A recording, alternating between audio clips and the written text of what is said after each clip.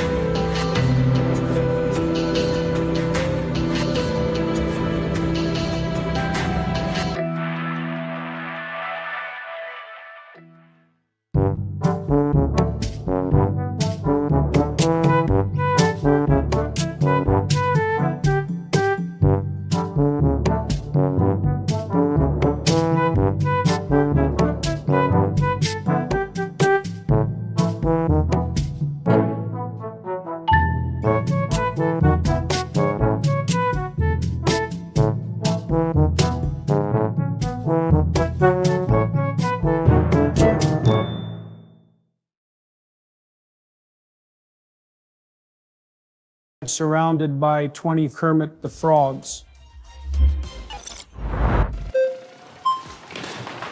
Do you believe you are Jordan Peterson? What do you mean by believe? I don't know if you're copying my voice or what. That's the circular definition. That's the circular definition. You stake your life on it. And you die for it. I feel like I'm talking to myself here. How much do you know about me? Hypothetically, if you were born Jordan Peterson, but you talked like Kermit the Frog, that would just make you a human with a frog voice. You're generating an impossible, restricted, hypothetical, with no precursors to back me. I can't tell them apart. You like eating red meat, right? Sure. And what do Jordan Petersons love eating more than anything else? Why are you asking me? Because you are Jordan Peterson. You say that. I haven't claimed that. Is this Jordan Peterson versus Kermit the Frogs? Don't be a smartass. Either you're Jordan Peterson or you're not. Which is it? You're really quite something. That's because you're Jordan Peterson, you're not a frog. Yeah, I'm done with him. I respect Dr. Peterson, but I think he's losing it. Croak, ribbit. I've always found it strange that people feel like corporations changing their logos to pride colors for a month is pushing stuff down their throats. We live in a heteronormative world. As queer people, we have to exist in a world where everything around us, pretty much all of the time, reflects heteronormativity. And for 1 month a year, we get to celebrate with our community around the world, and you guys lose your minds. And it's not even about you. That's the part that's so crazy to me. I know this might be hard to believe, but pride doesn't revolve around straight people. The whole point of these kinds of events is so our community can have some time to do things out in the public, out in the open, and celebrate who we are that doesn't revolve around straight people. Now, of course, straight people are welcome at Pride. We're very welcoming in that way. But it's not supposed to be about you. And when you make statements like this, you make it about you. I'll give you an example. I am not a practicing Christian, but during Christmas time, between October, November, December, January, February, March, depending on whether or not people take their trees and their lights down, I have to deal with Christmas. There's a lot of people around the world who are not Christians that have to deal with Christmas. And I'm never going to go around and say, all of this stuff being pushed down my throat, I wish it didn't exist and didn't happen. Why not just do it inside your house? Because that would be ridiculous. I'm not a Christian, and those things are not for me. They're for people that want to engage in that stuff. So it's for Christians who are celebrating Christmas. That's the thing here. Like, if you're not celebrating Pride, and it's not a part of anything you're doing, then you shouldn't even be worried about companies changing their logos to rainbows, because it doesn't have anything to do with you. It's so crazy. It's crazy to me having to explain to a community that has nothing to do with Pride that this isn't about you. Nothing is being shoved down your throat. When they're selling merchandise with rainbows on it, are they selling it to straight people? No. They're selling it to gay people, queer people, and allies. They're not trying to sell it to you. When they're doing all of the rainbow stuff and everything on their logos, are they doing it for you? No, they're doing it for the queer community and allies. Not everything's about you. You get the rest of the world all the time, even during Pride Month. Even during Pride Month, there's over 62 countries in the world where being gay is illegal. I think y'all will be okay.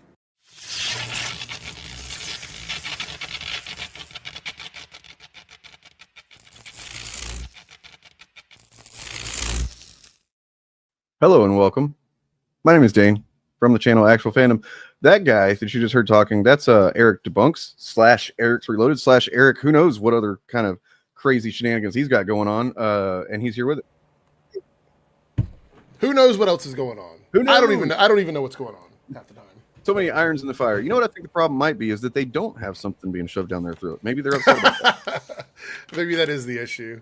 I want something shoved down my throat. No, I see that comment so often, and I'm like, it's not even for you. It's not about you, man. Like, the fact that you make it about you is the fucking reason it exists in the first place. Can we talk about that phrase in particular being like the most common thing? Like, they have no self-awareness of what they're saying when they use that. Like, you know, or maybe they do. Maybe they're expressing that that's their, you know. Okay, so there's the somewhat problematic, but often, not often, but sometimes true trope of, you know, the loudest anti-gay bigots might have something that they need to explore about themselves.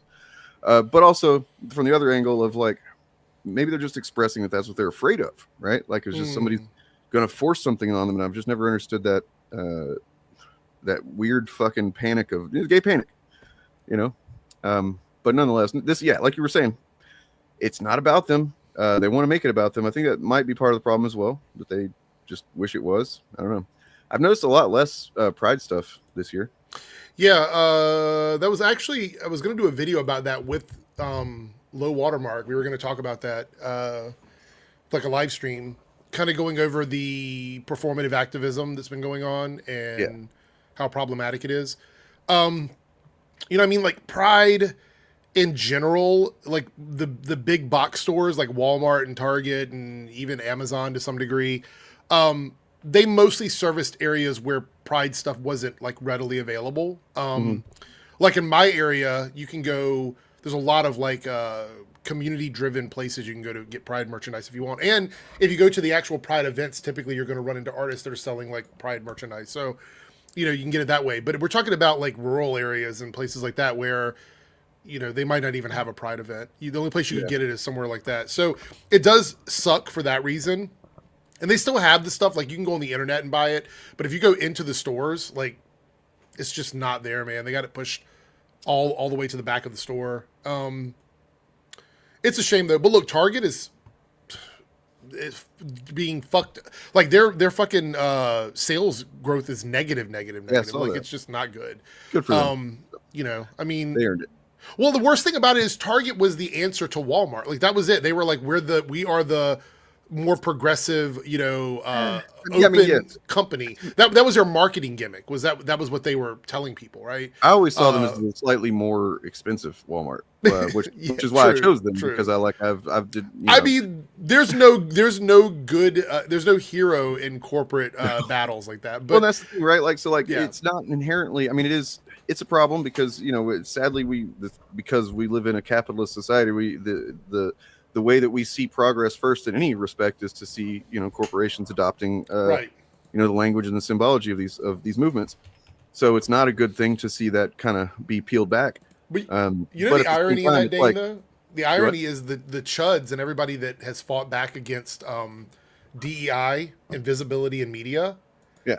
their victories are all visually like surface level victories. Like they're excited that the biggest companies, the biggest like chains in merchandising in the country have decided to put their Pride merchandise in the back of the store. And to them, that's a massive victory. You know what I mean? Like they think of that as like a big impressive thing.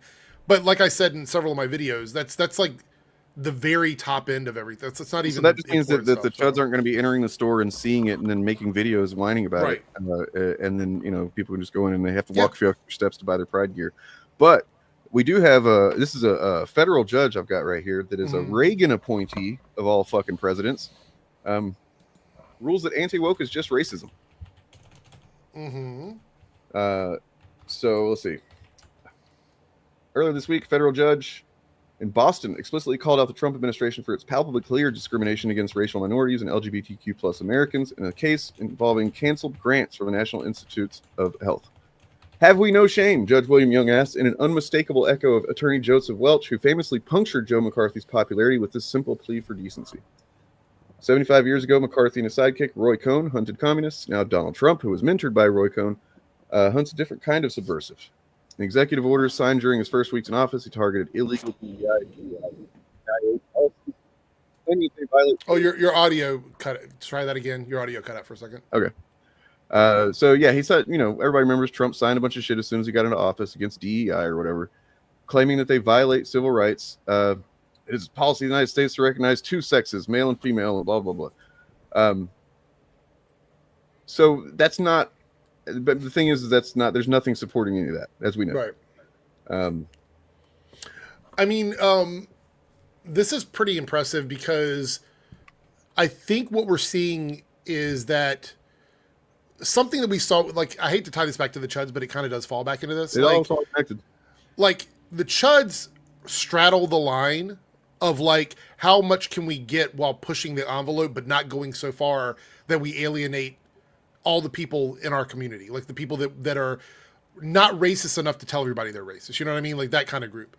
So, like, you're seeing these judges who were okay for the most part with the agenda of the conservative community or, you know, MAGA, as long as it didn't push back on them and their beliefs in like the Constitution and things like that. So it's getting to that point where we're going from like nerdrotic to JDA, essentially. Like, yeah. Like, which one are they willing to deal with? They'll deal with nerdrotic because nerdrotic can package it in a nice, slick way. But they're not going to deal with someone like a JDA who is just outwardly bigoted and hypocritical and stuff like that. That seems to be what's going on. He's a true believer, JDA, and, you know, there's a few of them like that. And, you know, I mean, I think that they all, to some degree, believe in what they're saying as far as like the being anti, you know, queer people and whatnot. Oh, absolutely. 100%. Like, does the grift come before that hatred kind of thing? There's like some kind of calculus in their minds, I think, that happens. Whereas like JDA is just like, no, I fucking hate people. I'm a fucking Nazi. And I don't care. That's all I care about. I have to pull this up for a second before I forget about it and it disappears away. I thought that Bob said, no, it's because of the shoplifting gays. I was like, oh, shit. The shoplifting gays? That sounds like a cool gang. Can I join? That's funny. No, I just thought it was hilarious. I mean, I think those two things are related. I think the fact, but that's why he's a fail. So Sketchy. This is my point. Is the reason why Trump and this administration is going to fail on a lot of the stuff they're doing is they're going too far. Like they're finding out that the beliefs that they hold, those extremely deep rooted, like anti, you know, basically bigoted beliefs. That's a step too far for a vast majority of people. I think that's the problem that they're going to run into. Yeah, but hold on. Counterpoint. This just in.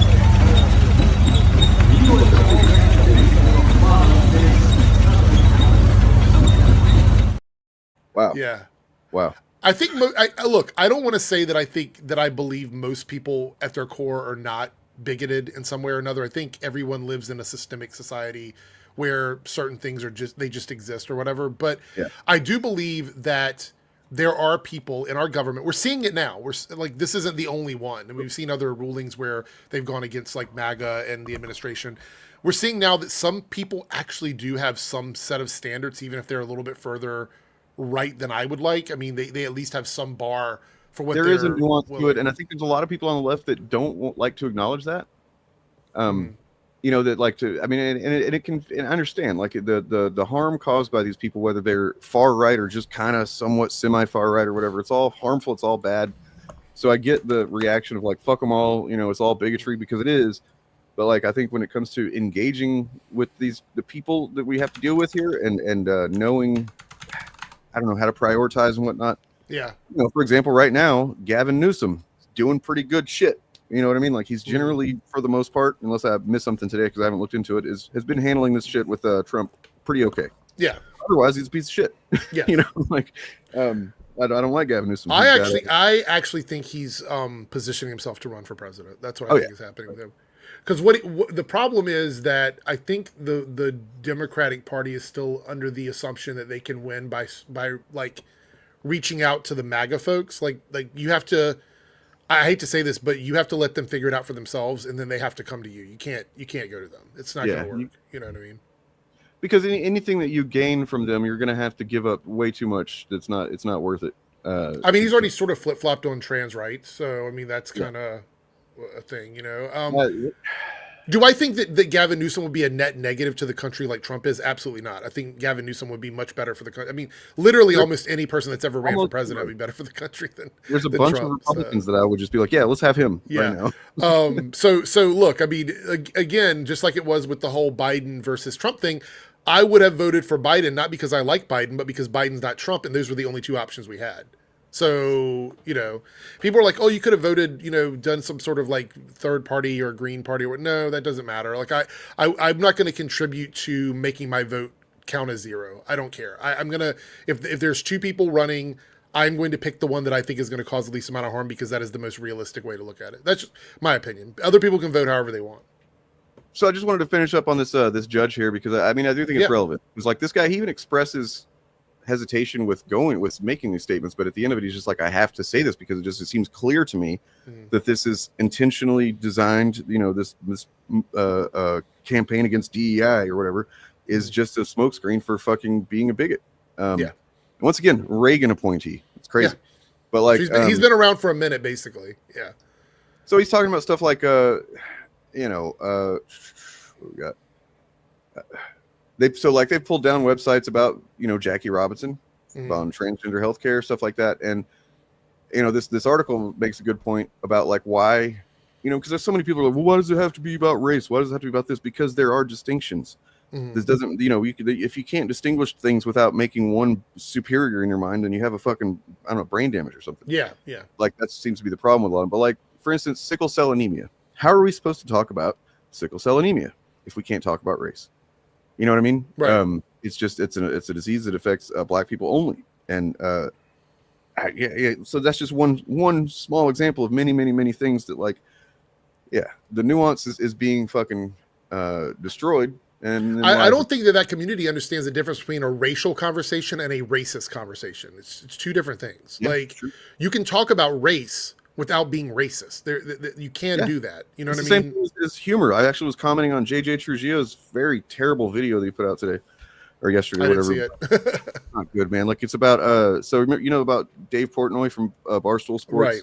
Yeah. How he went on that rant a while back because somebody had a thing that said "fuck the Jews" in the sign in his bar. Well, the framing of it in his video, as in like in JJ's video, as in like the people that are responding to it, even Dave himself on his podcast where he's talking to one of his co-hosts or whatever, and they get in a big argument about it. They're talking about it like, oh, so you can't make jokes. And JJ's talking about it as a joke. And I'm like, hold on, let's fucking step back here. Where's the joke in "fuck the Jews"? Yeah. What's the punchline? What's the punchline? What's the ha-ha there? Like, it's, I'm not against edgy humor. I'm not against racially charged humor. You know, there's ways to do this stuff, but just fuck the Jews. If that's your standard of quality for comedy, that's not a joke though. Like that's not humor. That's a statement. You know what I mean? Yep. So, you know, and they're not, but nobody's even addressing that fact. They're all engaging in it as if that's just taken for granted that is a joke. And that's pretty shit. As somebody who actually likes comedy, that's insulting. We went back and forth, or Bob. I think it was either Bob or was it Bob when he had the interview with or not interview, I guess debate with God, I can't remember their names anymore. They're so irrelevant. Was it the backseater guy? No. Fuck, what is his name? Gray Poupée or whatever his name was. Oh yeah, that guy. Like, who was trying to defend comedy, but he was running into his own fallacies, like, by doing it, because, like, you can't have a bar for comedy and then say there is no bar for comedy. He kept running into the wall trying to argue that with Bob. It was really interesting. Yeah. Speaking of Bob, I guess I didn't realize that he'd never uploaded it, but a Ripoff Verse finally uploaded the Bob and Derek bit. I today. did see that. Yeah, I saw that. Seems to be a little bit more polished, maybe, than the one that we saw before. It's still great. I wish that he wouldn't, do a couple of these things that he does, because he released like 3 videos today, and like a couple of them at least were about Derek. And anytime he would like type, the puppet would type or something, you would hear chimp noises. Oh, and it's like, oh man, why you gotta do that? I think that's because I don't want to. I'm speaking here with bad memory. I think that Ethan has done that before on a stream, and that's where it came from. But I don't know for sure. And that's fair enough. He's a good dude. He's been supportive of us and everything, and that video is fucking excellent. So like, I'm not sitting here going to call the guy a racist or anything, but I just wish he wouldn't do those things. That's all. Anyways, so yeah, this Judge Young, who do you mean to have that off screen? I didn't know if you meant to have that off screen. Yeah. My duty is to call it out. Appointed to the federal bench by Reagan in 1985, called the terminations arbitrary and capricious. Went further than other judges in the many impoundment suits, calling the administration out for its flagrant animus against racial and sexual minorities. I'm hesitant to draw this conclusion, but I have to have an unflinching obligation to draw it, that this represents racial discrimination and discrimination against America's LGBTQ community. Doesn't get much more clear than that. Yeah. Research programs based on gender identity are often unscientific. Like these are, the bullshit that they say. Have little unidentifiable return on investment and do nothing to enhance the health of any Americans. That's actually false, but whatever. Where's the support for that? He said. I have seen no evidence for that. Right. You're bearing down on people of color because of their color. The Constitution will not permit that. And it should not, anyway. Yeah. I mean, he just came out, basically there was also a judge in Florida. I can't remember his name. Let me see if I can find it quickly. The judge that was doing the like Stop Woke Act or something. What was it? The Stop Woke Act. This was back in 2024. A Florida U.S. District Judge, Mark Walker, struck down key parts of the so-called Stop Woke Act in his July 2024 ruling. He called the law a naked viewpoint-based regulation on free speech. Yeah. A lot of people that I know in my personal life who have been very doom and gloom lately have been seeing an upswing of like feeling a bit more empowered because of what's been going on, especially the No King's Day that happened and all of that. Big hit of hopium, but we're not. It's not a wash yet. You know what I mean? Like I know people feel that way, and I know that it's very dark and gloomy, but it's not a wash yet. We're seeing more and more that there are things that he's just not winning on. A lot of his executive orders can't be enforced. He's getting struck down with those. They're still bringing people back into the country that were deported illegally, but they're not talking about that because they don't want it to seem like a failure. ICE is running out of money. They're already like $1 billion over. So they're running out of money. California is about to make a law where anybody who's considered law enforcement at all, whether it be federal or statewide, cannot cover their faces while they're enacting their duties. So there's a lot of things that are changing that we're going to see that's going to make the job harder for these guys, and this is what we want. Doing it to themselves because they're doing stuff like there's so many examples out there you can't even keep up with them. But like there was a 16-year-old kid in Maine who was detained in an ICE facility for 6 days. American citizen, born and raised in America, and happens to be from a Latino family. But like he was on the way to volleyball practice or whatever, and he's like honor student and shit like that. They pulled him over, fucking threw him in a fucking ICE detention facility for 6 days. Yep. That kind of shit is exactly what's gonna, enough of that shit is gonna bring the shit toppling down. But like, I do think that the Saturday, what we should take from it is not that we could rest on our laurels, because absolutely not. That's the thing that I'm worried is going to happen, is that people are going to go, oh, well, we did our protests and now we can relax and things are going to work out. Nope. But what I hope it does is lets people realize that for sure now we can tell that, yeah, Trump won the popular vote, barely. He won the election, but like, not because there were so many people that were pro-Trump. There were a lot, but I think really it just comes down to there was a lot of people that were not pro Kamala or pro Democrat Party, what they were offering, the little bit they were offering. Well, I mean, you see every day there's like this segment of videos that come out from people that voted for Trump that regret it because they didn't believe the stuff we were saying. Just like a lot of people that we've interacted with here on YouTube that all of a sudden aren't talking about Trump anymore. I'm not going to name, but there's channels that I watched that were Trump this, Trump that, and all of a sudden they're not covering anything pro-Trump anymore. What they are doing is they're looking at liberal meltdowns. When you've lost Tucker Carlson, you might have a problem. Oh, that clip is so fucking golden. There's more than one, but there's one that like... When he talked to, first, he fucking made Ted Cruz look like a bitch, which isn't hard to do. Yeah. But I mean, I have the clip here if we want to watch it. Yeah, let's check it out. All right, here we go. Let me... The one with, I saw some with Steve Bannon too, and Bannon's just like stone-faced trying not to react. I mean, again, I'm not pro Tucker Carlson, but... Let me just say that this is... Go ahead. People can be right for the wrong reasons, right? Like, and that's what his deal is that he talks about, he calls out in the clip with Bannon, he's like, oh, Fox News is just fire hose blasting old people with misinformation. It's like, holy shit, he said the thing. That's true. But wait, didn't he was the #1 fire hose blaster for several years? Yeah. You know, and it's only now that he's not working for him that he's willing to call that out. What's her name? I don't even know who it is now. I have to look it up. But someone else was like, I think it was Margie Taylor Greene was like, Fox News is propaganda. It's like, yeah, no fucking shit. Like, anyway, let's watch this clip. How many people live in Iran, by the way? Let me switch it over. How many people live in Iran? Hold on. Does he have a fucking cold sore? Oh, maybe. It looks like Tucker has a cold sore. Let me know if you can hear this, okay? Yeah, I can How many people live in Iran, by the way? I don't know the population. At all? No, I don't know the population. You don't know the population of the country you seek to topple? How many people live in Iran? 92. It's so funny because I almost thought of this as like, it's almost like a sketch from SNL, the way this is going down. Like, it's just funny. Let's just look at their faces. Honestly, that is not a valid criticism. And like, I don't think, I mean, you know, we shouldn't want to topple fucking countries, you know, but I mean, like in the context of what they're talking about, like it's not a huge deal that he doesn't, but like I do agree that it's funny that he kind of gets him on that. Well, but he gets him on more though. That's the thing is, as we go through this, he gets him on more. But this is what started it like unraveling. It's like the thread on the sweater before it starts like pulling apart. Topple? How many people live in Iran? 92 million. Okay. 92 million. Yeah. How could you not know that? I don't sit around memorizing population tables. Well, it's kind of relevant because you're calling for the overthrow of the government. Why is it relevant whether it's, because, it's 90 million or 80 million or 100 million? Why is that relevant? Because if you don't know anything about the country... I didn't say I don't know anything about Okay, what's the ethnic mix of Iran? Always getting defensive.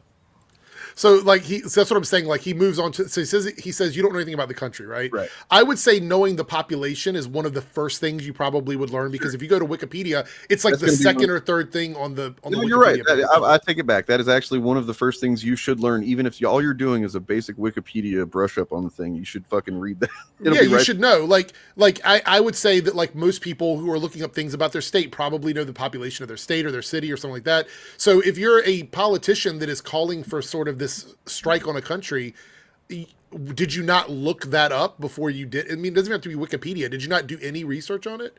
Anyway. Morgan, this is actually like he actually gives context aside, because there's a lot of context that does make it that needs to be discussed, but like just in a bubble, this is a good example of what journalism should be in these days.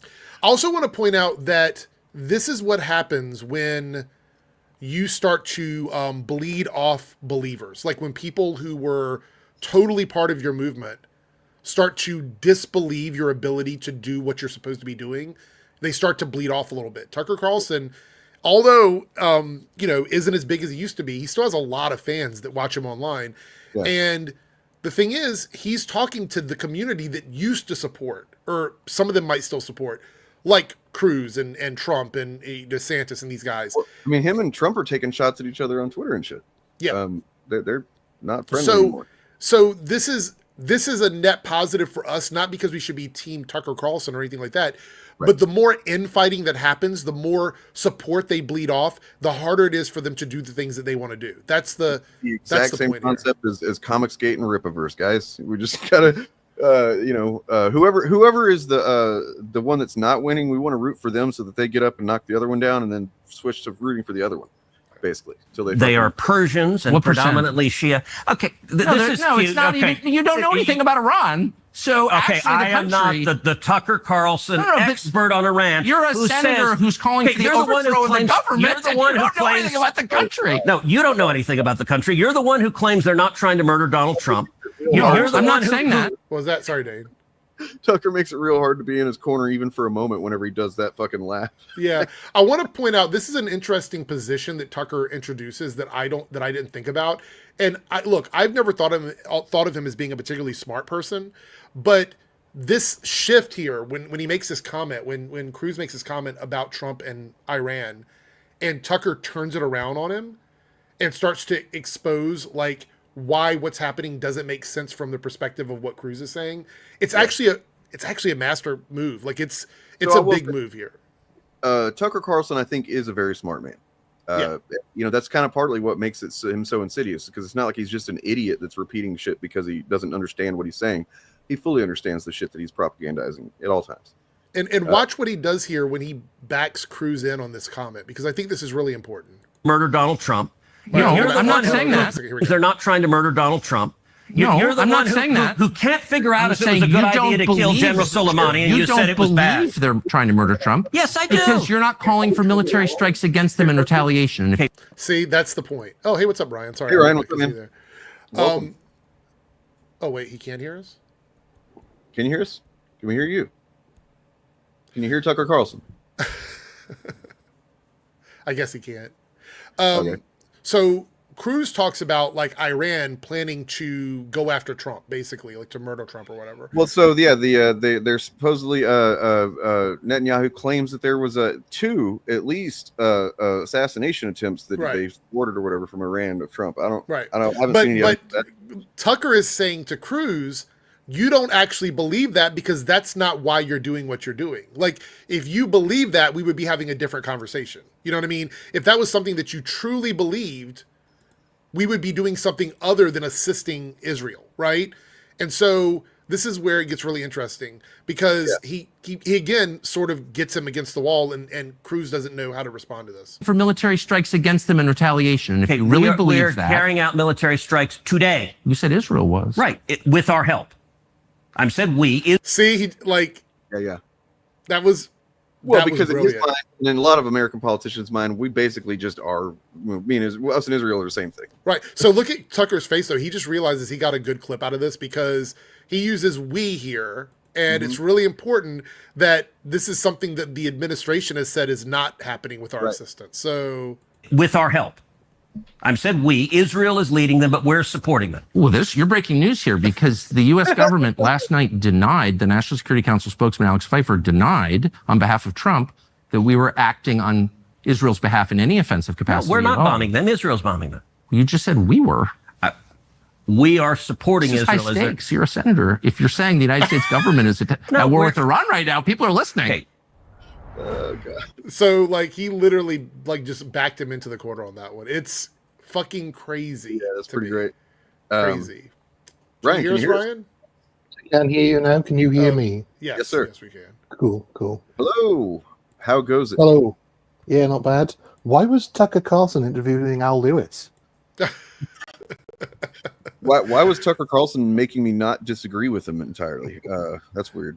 Yeah, he made Cruz look like a clown. And I mean, look, Cruz does that kind of on his own anyway, but when you're going, I guess he didn't realize he was going into a lion's den. You know what I mean? Like, they're used to softball conversations with those guys. What that shows is that the entire time he was on Fox News, he could have been doing this to every single motherfucker that came on there if he was a real journalist, right? Like, and let's not forget that this is a guy who gassed the fuck out of Trump. He was one of his number one supporters for years. Meanwhile, on January 6th, he's texting about how he fucking hates Trump.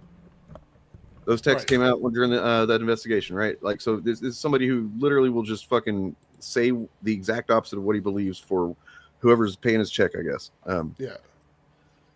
So in a way, it's kind of more impressive to be a complete coward against for the Republicans than it is to challenge them, because I mean, challenge them when they're just being wrong all the time is pretty easy.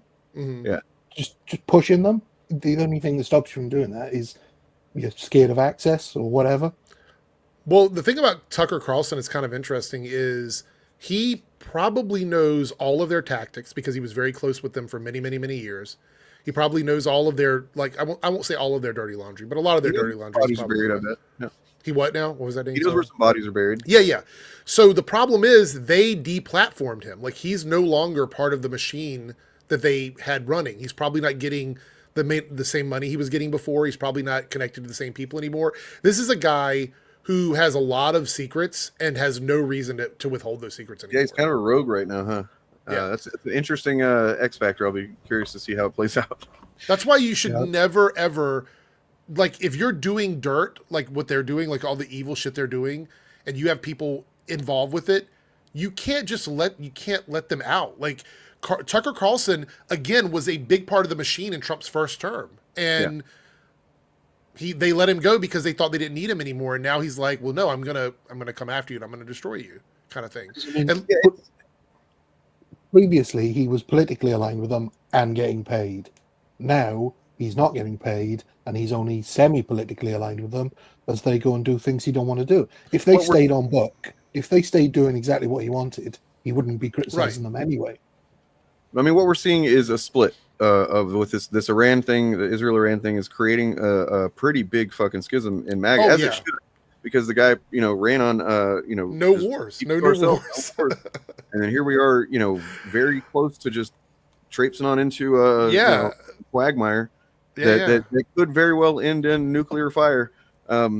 This is the very worst of both worlds for anyone who isn't MAGA, because either America goes to war with Iran, which is bad, or America doesn't go to war with Iran and Trump keeps on top, which is also very bad. So, well, I mean, I don't know. I pushed back against the second part of that because we saw with the parade and stuff. I don't know that I can't help but wonder if some of this. I've seen several people kind of trying to distance from Trump in the last few days. I can't help but wonder if some of it is just the optics of that fucking parade versus the optics of No King's Day. Well, a bunch of people didn't show up. The freaking what was it? Mike Johnson didn't show up. No, he said he had to sell a house or some shit. Yeah, like there were people that should have been there on paper that weren't there. What else could have been more? Like, think about this logically. What could have been more important on a Saturday afternoon for this administration than to have all hands on deck? Nothing. There should have been nothing more important than that. I will say this, but a bunch of key people weren't there. I will say this, and when I say it, follow me till I finish. But we got to be grateful for Pete Hegseth right now, okay? Because he was in charge of that parade, and apparently, allegedly, reports are that Trump is fucking furious at him, and he just keeps railing on him about the parade.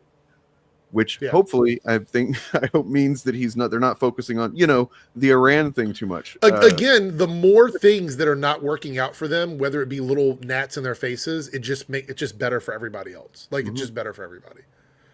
I mean, they've definitely shown how chaotic and incompetent they are at everything at this point. Like, I mean, we knew that, we saw it in the first term. This is, because of the level of aggression with the moves that they're making this term, though, it becomes even more not only dangerous, which it is that, but just flagrantly obvious that they don't fucking have a handle on anything that they're doing. They learned a lot of lessons during the first term about how to get stuff done, how they failed to get stuff done during the first term. The trouble is, there's also a lot of lessons that they didn't learn, and that's what's bringing them down now. So, well, you can't, dog can't change spots or whatever, right? Like these are fucking fail upward. Born with silver spoons in their fucking mouths, shitheads that like only they see profit over people, and they see, they see loyalty as like especially Trump, loyalty is the main thing. And of course, his terms of what loyalty means can shift and are pretty fucking nebulous anyway. So you just, it becomes a network of people that is just a fucking clown show. But clown show with, their fingers on buttons that can end lives. Is the thing. I will say, if there are any good satirists out there who manage to do a version of "Rain on My Parade" with Trump singing it to Hegseth, that would be something. Great. I think Hegseth was like testifying today again and was just completely destroyed by most of the questions that were coming his way. He has no idea what he's fucking. I mean, it's hard to tell sometimes if he's intentionally obfuscating or if he's just kind of doesn't know what he's doing. I think that he was probably instructed to obfuscate. and then sometimes that just comes naturally because he's a moron. But I don't have someone singing in the rain, but I do have this. And it's very cool. The military parade is a flop.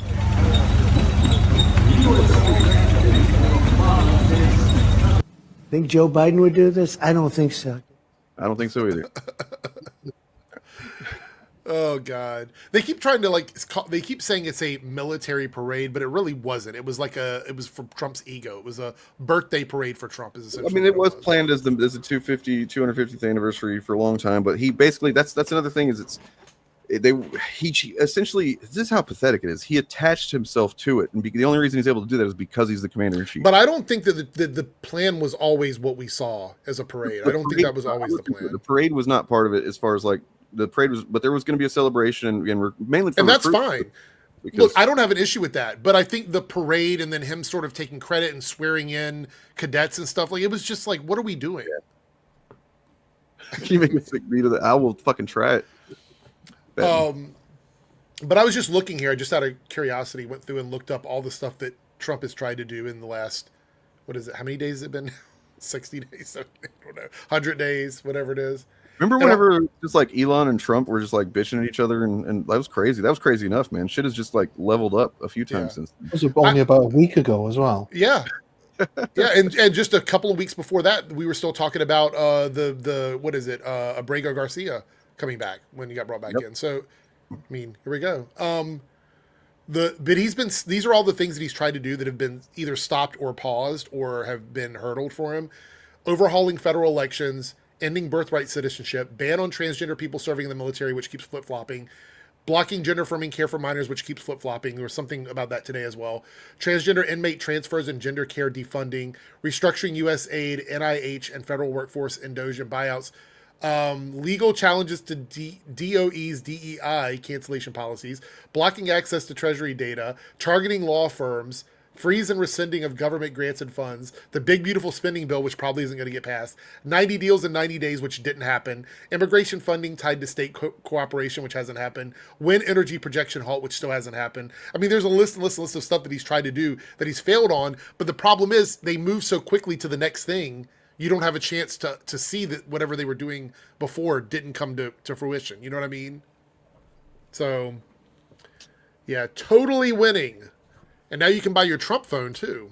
Mm-hmm. Which was announced just a few days ago and will be out in September, but they don't have a prototype model to show you. Right. Just a picture. A nice little AI picture they made. Yeah, I mean, it's going to be a Chinese-made phone that's already been established. It can't be made in the United States, so it's not going to be a U.S.-made phone. They hope eventually it'll be made in the United States, but they can't make it now. So apparently for them, it's okay to use China for shipping and manufacturing when they want to do it. But when anybody else, any small business wants to do it, that's not okay. Just came across this. Ted Cruz thought he had something here.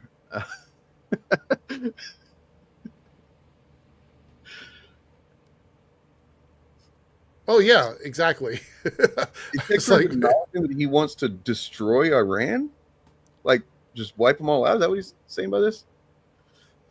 Yeah, I mean, essentially. Implication. Because that was the whole thing, is the Death Star was destroyed, and everybody was killed on most everybody was killed on the Death Star. Yeah. On the first Death Star, it was everybody. Yeah. So they don't think, man. They make these memes. They don't think. Everything to them is just brain rot. I'll do a Star Wars meme. That'll get the kids back on my side. Well, Ted Cruz is the perfect example of a conservative nerd, somebody who likes the media but doesn't understand it. I mean, his favorite film is The Princess Bride, and everybody that made that film thinks he's a loser because they're all left of him. That's a good transition point. Honestly, it's an excellent transition because speaking of guys who love a particular kind of media but apparently just didn't get it. This is a thing, apparently. Oh, God. Oh, the excitement and then the disappointment. I love it. It's great. Wait, why the fuck would anybody want to talk to Matt Walsh about anything? See, I only saw this. I didn't know any follow-up. You know something? There's a follow-up. Yeah, there is a follow-up. Hold on, I'll get it. I was just gonna like dig into it live and see what the hell we could find, but So apparently Matt Walsh has made a couple of videos about Star Wars. I haven't really watched them. As far as I'm aware, they just say like Star Wars is for children. Is that basically just? Yeah. Yeah. Hold on, let me pull this down here. they canceled his meetup. Oh, Yeah. I've got the video here. Hold on. Look at that face, the joy. Like that's the fucking soy face that they fucking use as a meme. That he's doing soy face over fucking Matt Walsh. Yeah. So here we go. Let's do this. All right, so this is the follow-up to that. He was excited because he was going to debate Matt Walsh about Star Wars, and he was ready to go in and have that conversation. Let's see what happened. This is from yesterday afternoon. No, yesterday morning, I think. Damn. I didn't check my emails when I woke up, but Matt Walsh has to reschedule. So for all those that were excited, I was excited. I woke up, I didn't check my email. And it's 11:05 in the morning right now. Our meeting's supposed to be at, our debate's supposed to be at 11. But they sent an email 3 hours ago saying that he has to unfortunately cancel. Something came up, and but they're still looking forward to doing it, and they want to meet sometime in the future. So, I mean, honestly, it probably is because of all the shit going on that Matt Walsh was just like, I can't be talking about Star Wars right now. I've got more important shit to fucking be a fascist about. I also want to point out how sad is it that you have someone. Look, I don't like this guy. I think he's a piece of shit, but he does know a lot about like Star Wars history and stuff.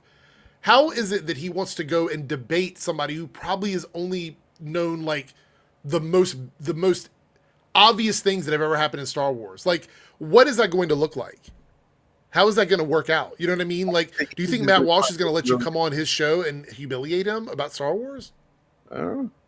I mean, I'm sure that if they had done it, we would be watching it right now. But I definitely would want to see how that I will 100% watch it when it comes out, for sure. I just don't think I understand how he thinks it's going to be a positive for him, because there's no way he's not going to be embarrassed on Matt Walsh's own show. Yeah. Because what Matt Walsh would do if he's really smart about it is to invite him on with the pretense of like, we're going to talk about Star Wars and whether or not it's for kids or whatever. Matt Walsh doesn't know enough about Star Wars to debate a Star Wars expert, right? So what he's going to do is he's going to jump into like social stuff, things that he has studied, things that he knows. And Star Wars theory is not going to be able to respond to that because he doesn't know all of those things. And he's going to sit there while Matt Walsh makes a fool of him. That's what's going to happen. Like, he'll come on there thinking he's going to debate something about Anakin, and he's going to start talking about, like, how Star Wars affects the youth because we've done this study on kids and they have watched this kind of media and blah, blah, blah. That's what he's going to do, and Star Wars theory isn't going to know how to respond to that. Alternatively, he's just going to keep pushing the point that Star Wars is for kids by pointing out all the many hundreds of different ways that Star Wars is for kids. Yeah. All the toys, all the accessories. Matt Walsh isn't 100% wrong. Star Wars is, in a lot of ways, geared towards children, but it's not only for children. That's the thing. No. So what Star Wars theory is doing is he's walking into this conversation to try and prove that Star Wars is for adults, and but he knows for a fact that's not true as well. He's going to end up making his point for him, but he's going to be like, oh, you know, isn't it kind of weird that you're an adult and you care so much about this? He's going to have to defend himself personally. Yeah, 100%. That's the thing is, like, he's going to probably argue that everybody that says they love Star Wars for what it was did so when they were children. And that's the reality of it. All of the love that they have for Star Wars came from the movies that they saw when they were kids. I'm pretty sure Matt Walsh he's shit on anime and video games at different points. Yeah. And I think, like, which is crazy considering his fucking, you know, his demographic that he appeals to, because they love that shit. They'll be like, yeah, you love Star Wars when you saw the movies as children, but when you got older, you hated the stuff you saw, which would defeat the argument that Star Wars is made for adults, that it's primarily made for children. There's a lot of ways he could go about it. I can guarantee that Matt Walsh will not debate Star Wars theory on the nuance of Star Wars. It's going to be some other conversation that Star Wars theory is not. The cultural, you know, optics or whatever, some shit like that. But I mean, yeah, like somebody said that he's, you know, the theory only wants Star Wars to be about lightsabers and you know, blah, blah, blah. But it's more about so much more than that. It's about, well, as Andor showed, fascism. And it's about Saw Gerrera. You have no idea where I am. But, you know, the reality is Star Wars theory, this is the crazy part, in order for him to win an argument with Matt Walsh on this issue, he would have to admit all of the things that we've said about Star Wars is true. Like what it represents. Right. I remember now. He did say Revenge of the Sith is the worst film ever made, which is a crazy take to have in the Star Wars franchise. I still don't believe that that's the like. I think that is the surface of the argument. That's the bait. Yeah, everything else that Matt Walsh says is going to be about other things. He's going to dive into stuff that isn't Star Wars. And Star Wars theory is not. Look, he's going to go. I almost feel like he is overconfident about what this is going to be, and I truly believe that's going to be the downfall. He's going to go into it. This may actually hurt Star Wars theory's credibility if he goes in this and loses. Yeah, let's do it. He couldn't even debate the merits of Star Wars amongst his own sort of social circle. I remember that clip too. That's funny. They tore him apart, and they weren't the experts that he is, and they managed to tear him apart on that one simple thing. So what's he going to do against seasoned debater Matt Walsh, who is a piece of shit, but is better at debating than Star Wars theory? True. Yeah, 100%. And he's going to do it on his terms. You're not going to go on his show and make him do something on your terms. It's going to be the other way around. You're going to do it on his terms. And he's of that age where Matt Walsh is one of those people who thought the prequel sucked. Right. And Star Wars theories of that age who thought the prequels were brilliant. So. Yeah, I'm excited to see what that debate is going to be, but I am under the impression that the delay was probably so they could frame the argument, or like you said, he's probably looking at other stuff that's more important. I don't watch Matt Walsh, so I don't know what he talked about yesterday that would have caused him to like not chat with Star Wars theory. Matter of fact, I'm gonna look at his channel and see what he did yesterday. I'm just curious.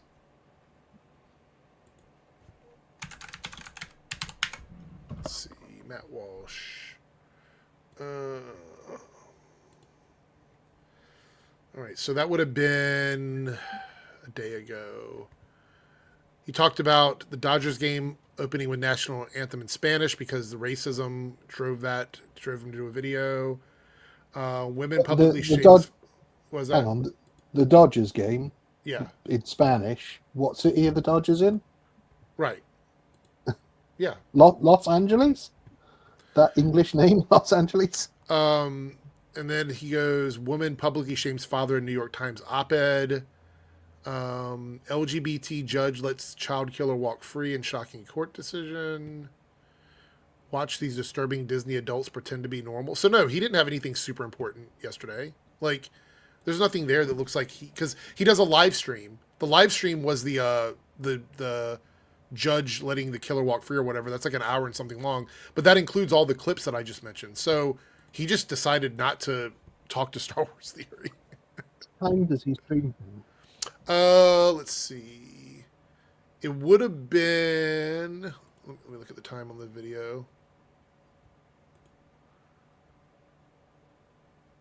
It doesn't say what time, but it was yesterday morning. It was like yesterday in the middle of the day. I was just wondering if it was a live debate or if it was a pre-record, because if it's a pre-record, then theory's really in trouble.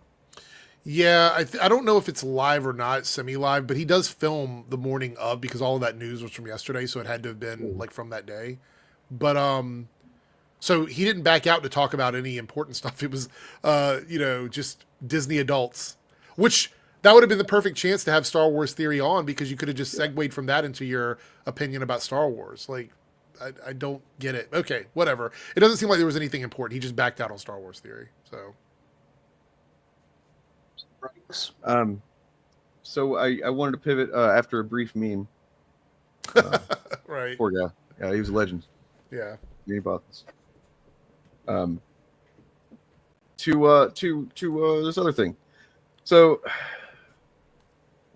the Snyder cult is they're not doing so well right now.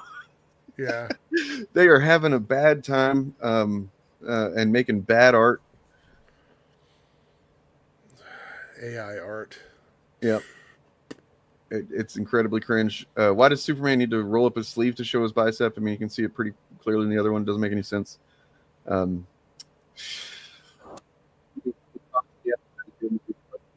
I can't. I don't know. Yeah, you're roboted out there. Yeah, I didn't hear anything you said. You roboted. So there's that. So recently there was some of these. There's only a handful of these guys. They're really loud and annoying whenever it comes to stuff like this. The Superman movie that's coming out. They make themselves known, but apparently there was like some effort to try to encourage people to, I guess they were going to see the movie as early they could and then spoil it for everybody to try and, I don't know, but it's on track to do better than any movie of the year so far. So I don't think they're going to have a good time with that. Plus James Gunn just like kind of laughed it off.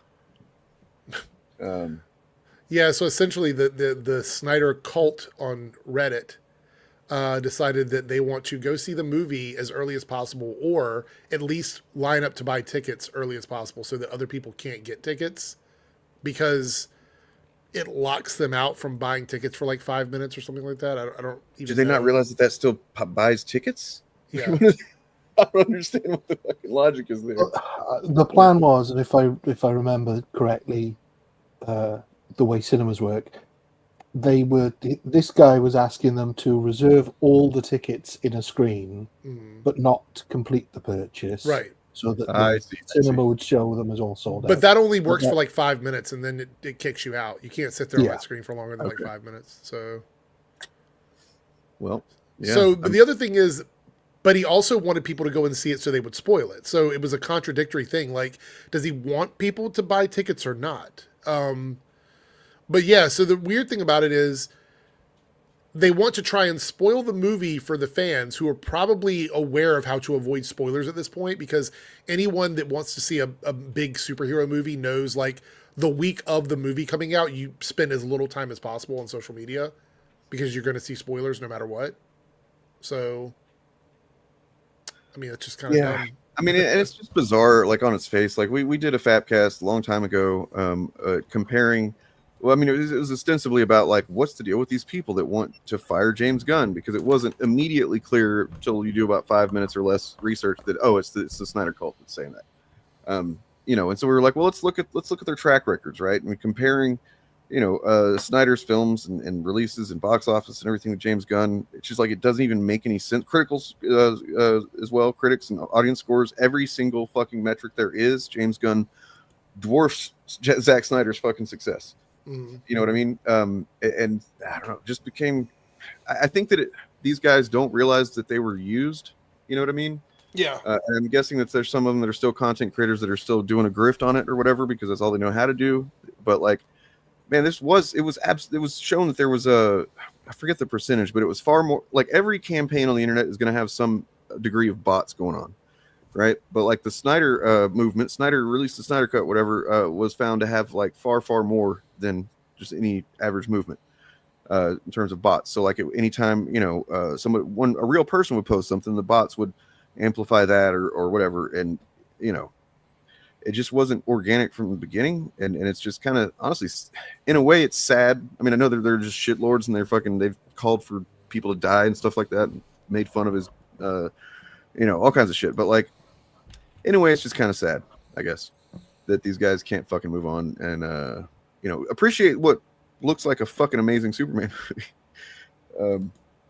And it's going to be, I think they said it's on track to do like 155 million opening weekend so far, which is pretty good. Yeah, I've never known anything like this Snyder cult to go on for just so long, while also not actually supporting Zack Snyder's work. It's like not only do they want everybody else to fail at making a Superman film, they want Snyder to fail at making every other kind of film that isn't a Superman film. Yeah, right. He doesn't want to. That's the thing that some of them actually believe. They say that Gunn is somehow fucking pushed Snyder out. Snyder quit in 2017. James Gunn was brought in 2022. Like, there's such a fucking vast difference of time that it doesn't even make any sense to think shit like that, and yet people think that. Where were they at? But also, James Gunn and Zack Snyder are friends. They literally are friends. So if James Gunn wanted Zack Snyder to come and do a movie, he would. And if Zack Snyder wanted to do something, he could surely reach out to James Gunn and say, hey, I'd like to do this project. I mean, there's nothing stopping that from happening, except the infighting in the fans makes it so that Zach and James probably know that's not the best for the upcoming thing, is to have him involved. So if these guys would just like say, hey, James, we want Zach to do a movie. Can you make a movie happen or whatever? That would be different. But they're actively trying to make it fail, which means that Zach and James are probably thinking it's best we never do anything together at this point. And I'm sure as a point of pride, Zack Snyder doesn't want James Gunn's Superman film to do better than his, but also I don't think he wants it to fail. I mean, I think he would be quite happy if it made like $10 less than his attempt. But there's no animosity between those two men. So that was Night Day of the Dead. Dawn of the Dead. Right.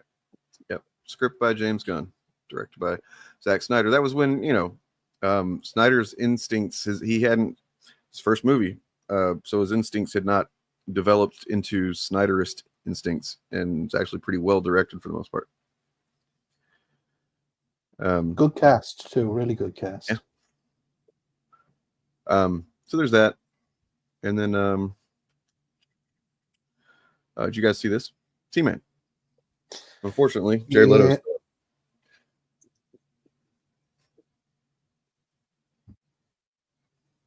Yeah, it's weird. I'm not excited about this He-Man thing at all. I really hope that this is the end of Jared Leto, obviously because he's fucking a goddamn predator and he just doesn't need to be in a position of social or power or have any celebrity to use that to that end, but also just because, man, this fucking Tron Ares thing bums me the fuck out. It bummed me out whenever I realized he was in it because it looked awesome other than that. So no, this is just a He-Man movie. I don't know who it's directed by. Yeah, I can't remember who it's directed by, but did you both watch the Kevin Smith Netflix series? Yes. Well, I watched the first one. I haven't watched the Revolution. It's really good. I love that series. Fucking great. Yeah, excellent. It's really good. Yeah, it's more adult, obviously, because the original cartoon. If you've watched that since you were a child, like any time in the last 10 years, you'll realize just how kiddie it was. Travis Knight, who directed Bumblebee, is directing. Yeah, I've seen that now. Holy shit! It's going to be Amazon, MGM Studios, Mattel Films. The same production and advertising team behind Barbie is working on it. Alison Brie, Idris Elba, Morena Baccarin, Sashir Zameda, James Purefoy. Holy shit! And then sadly, Jared Leto is Skeletor. Yeah, heck of a cast. I don't know why I'm not excited about it. I just think I don't know. It could go either way. He-Man is one of those things. It's like, to me, it's like Transformers as a kid, where I was into the toys way more than the cartoon. Because that's what they were really about, was the toys. The cartoons were just an advertisement for that. But then watching, I watched Revelations is the first one, right? First season. Yeah. I was fucking blown away by the first episode of that. I was looking at how all the chuds were talking about how it's a bait and switch and all this stuff, and I was like, oh, what's that about? And I watched it, and it's like, holy shit, dude, Kevin Smith fucking did something cool here. And the just all through the first season, maybe the second one sucks. I haven't seen it. I don't know. But man, that final episode of that first season, that battle was one of the fucking coolest, most epic animated battles I've ever seen. Honestly, I would say the second season is better. Wow.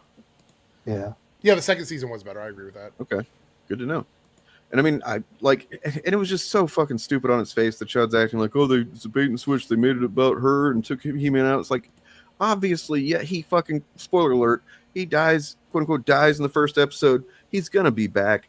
He's back within a couple episodes in some form. And then and it creates the excuse to have the biggest, most epic fucking I have the power ever in the final episode, and it's all worth it. It's all good. But I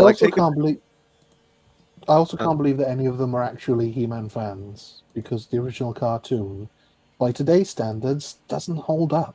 Nobody, there's right. That's what's so impressive about it, is that Kevin Smith took lore that really is just kind of barely thought out shit, just slapped onto a toy to sell a toy. It's like there's no real, there's nothing to it. It's not very substantive. And Kevin Smith made it fucking cool. He made these really kind of goofy concepts and characters have some pathos and characterization and stuff. And yeah, he really should be praised for that shit. So. I mean, one of the things about the original cartoon, which I keep finding astounding, and you don't realize until you watch it back, but the network or somebody dictated that He-Man wasn't allowed to hit anybody. So he doesn't hit people. He throws people and he throws things at people, but he never hits anyone in the original cartoon. I never paid attention to that, but that's Weird. interesting. That's weird. Yeah, I did never notice that. Another thing I wanted to look at is just this more recent, because for anybody who doesn't know, they continue working on special effects in effects heavy movies until within days sometimes of the film releasing. Yeah. So you got stuff like this that looks far, far better than it did in the trailer whenever it first dropped. It actually looks really good. The eyes are crazy. You can see like the eyelashes and everything. I mean, it not only looks like metal, but it looks like it's slightly tarnished metal in certain places. The detail on that is incredible. Like on the forehead, you can just see where it's not quite perfect. And yeah, it's you know, these guys know this. That's the thing about, you know, Nerd Erotic, all these guys, they fucking know that. If they really cared about, you know, these movies and stuff, then they just wouldn't call that shit out. They would call it out whenever other people, you know, oh, look how bad the effects are. They would say, oh, well, they're going to keep working on the effects, but you know, it's a grift, as we've said a million times now. And yeah, it's still going to be a girl boss apparently. But so go ahead. Like in the when they used the original Fantastic Four Silver Surfer, it was always the still photographs. It was the glamour shots that weren't from the film. Right. Yeah. Yeah, I mean, it's pretty clear that they have to do some work on this to pull it off, and I don't think that they were going to just like half-ass the silver goddamn surfer in the Fantastic Four movie. I have a lot of confidence this movie's going to be, you know, at least really good, if not like amazing or whatever. But, I think it looks like it's going to get the spirit of the comics from the bits and pieces that I've seen. There's also the disingenuous reaction to the Little Caesars trailer. I don't know if you guys saw that or not. I haven't seen it. Yeah, there's a trailer. Let me pull it up here. This is another like advert trailer, or is it? Yeah, it's a commercial. No, it's like a commercial trailer for Little Caesars. Let me. Oh,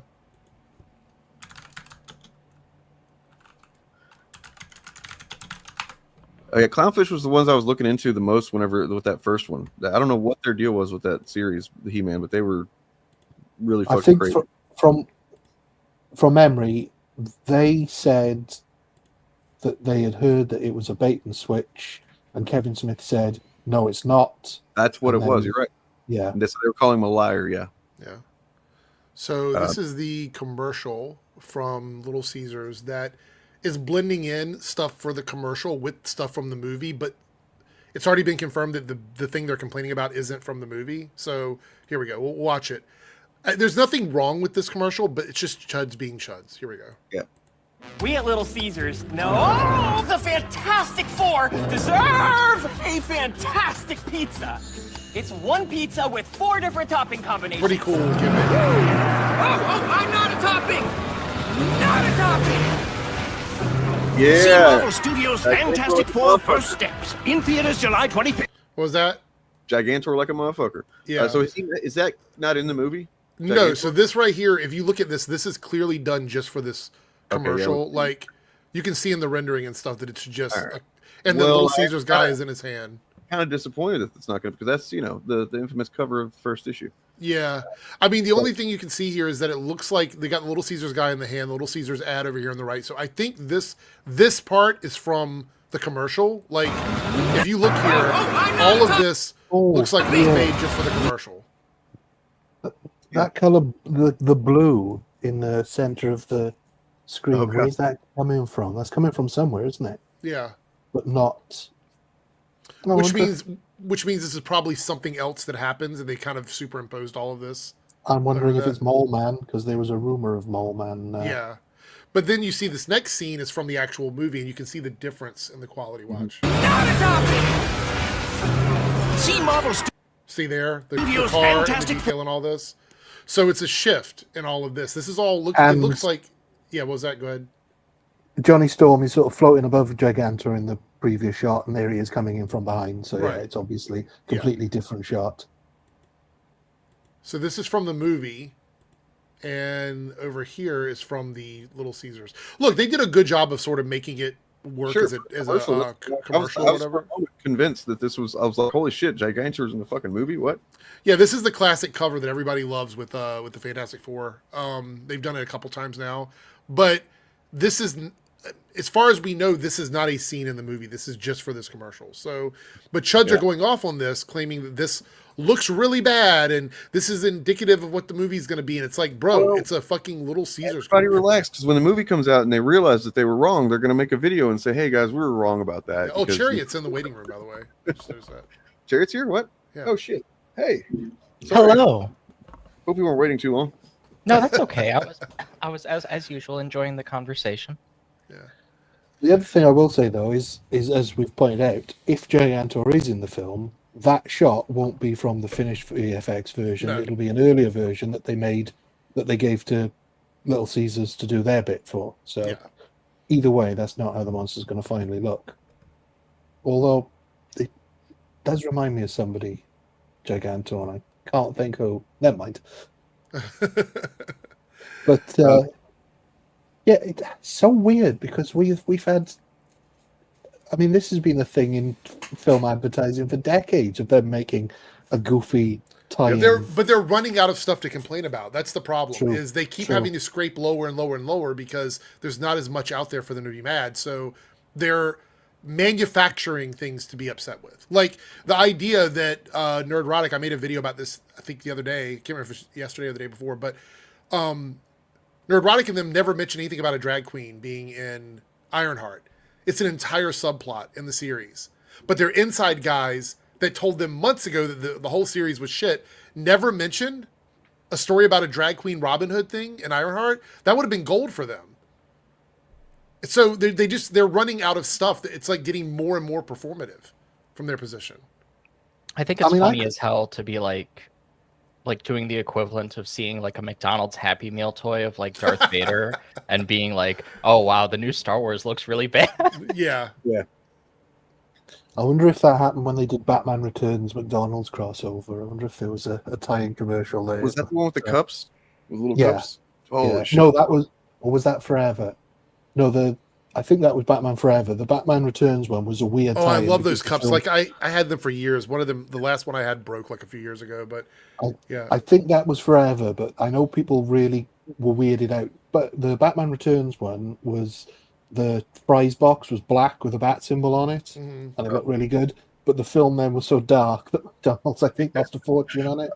I was about to say it's like a little toy of like the penguin biting off the guy's nose or something. Yeah, there was an issue with that because the most Tim Burton version of Batman was the second film. The first one was still sort of corporately overseen. The second one, they kind of just let him go crazy. Whenever the studio goes, "Hey, Tim Burton, we love how successful that movie was. We fucking love it. We want you to just do it again. Just go ahead and do your whole Tim Burton thing." And he's like, "All right, I'm gonna do my Well, Tim the other Burton." thing was with the original Batman film is that they didn't plan on toys or anything, so all the toys they made for it were really rushed out last minute. So this was sort of an overcorrection on that as well, because people were desperate for the toys. I think that me alone, I made up for that in with the fucking Batman toys that I bought as a kid. Fucking all the different costumes and gimmicks and shit. I got a lot of that crap. Well, so this is a conversation we can have here. And I'm glad you're here, Chariot. How's it going, by the way? Oh, it's going good. Yeah. I mean, a little busy. You guys know I'm always running around these days, but I think a lot of people are having a tough time right now. So it's just what's in the water. Big news for trans people today. More anti-trans hatred. We love to see it. I'm sorry. We hate to see it. Right. Sarcastically love to see it. So did you want to talk about that? Because it's just a topic that kind of definitely begins with that issue. It's a tough topic. It's pretty hardcore. So yeah, I hate to, because a lot of my some of my best friends are cisgender, but cishet people are having a very normal Pride Month, it seems. A lot of the like anti-Pride content seems to have had its energy be co-opted by like an actual anti-gay, anti-transgender movement, and that's kind of where the attention is going.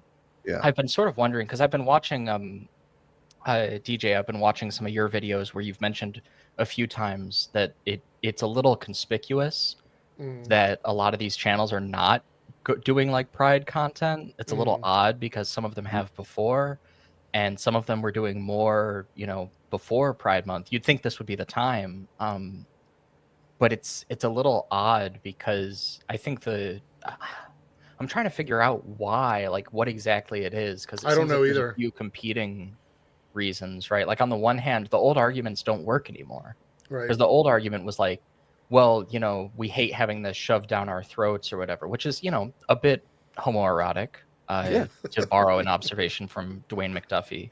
But I think that, like, that tendency to say that it doesn't really work anymore as an argument, because like now, right, like now we're dealing with so much direct concern trolling about like the content of what the pro-trans movement is advocating, right? That like the idea that they would prefer to be checked out doesn't really make that much sense, because that's at odds with the idea that they're protecting children, like you can't really make those arguments at the same time in a coherent fashion. So it's a bit difficult. And also I think like sort of as a mirror of what happened with the George Floyd riots, like there's suddenly a big turn where the content has to mirror the fact that like a lot of Americans are not okay with what the political right here wants to do. They don't necessarily anticipate or understand it, but when they feel it, they go, "Oh, you guys are evil. This is really bad, actually." Dane, you're muted. I don't know if you're trying to say something or not. Is he there? I heard him say something and then he just stopped. Sorry, somebody had opened my door. Oh, okay. Stuff out there. Just kind of point out something. It is a maybe not an observation, but just maybe a theory that might be kind of depressing. I don't know. So I think that I try to think about things. Not try to. It just happens in terms of algorithm, and I wonder if maybe it's an algorithm thing, as in like they've gotten far enough where at least to a point where they're content with the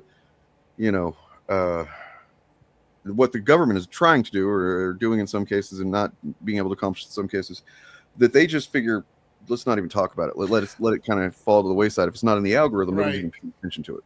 I actually think that, so my personal theory, and I haven't really talked about it on stream because it just hasn't come up or whatever. My personal theory is that they didn't like the corporate, like the pink and rainbow capitalism that was being done. So they thought that was all it was. They're like, we just don't want to see all these companies supporting rainbows and trans pride flags and all those things. And they thought pushback would stop there. So they don't want the blood on their hands of the actual political backlash that trans people are suffering because of all of their stuff. Like they don't want to do that because their argument, like you were saying, Chariot, is the what about the kids? Think of the children fallacy argument. Like that's been around forever, right? That argument has fallen apart. We know that most of that isn't true. We know for a fact that the vast majority of crimes that are committed in bathrooms are done by cis people, cis straight people. There's no shortage. Like I think just the other day, I put it in my video, there was a guy that literally worked at the top end of like the MAGA departments during the election cycle who was caught using Joe Biden 69 as a screen name while he was sharing SACP material. Yep. So like this argument that the trans community is doing anything like that, there's no proof of it. And the thing is, over the years, I've asked people when I've talked to them, like, give me proof that trans people or gay people, mostly trans people, because like the trans derangement stuff is through the roof. But give me proof that trans people are doing anything that you're saying. There's no proof of it. There's no proof. There are isolated times where bad people are going to do bad things, but that doesn't show a systemic social issue with like an entire group of people. They can't do that. They would be making compilations of examples of this shit. You know what I mean? It would be everywhere. If I have to see another Lily Tino video, I'm going to lose my mind. Like, I'm going to lose my fucking mind. That's their one example. Well, what about Lily Tino at Disney? Shut the fuck up. That's like, trans people are not monolithic. She is not the entirety of all the whole entire trans community. And Dylan Mulvaney was such a fucking fart in the wind. Oh, the advertising with one can of Bud Light in a 35-second TikTok. It's going to kill our beer culture.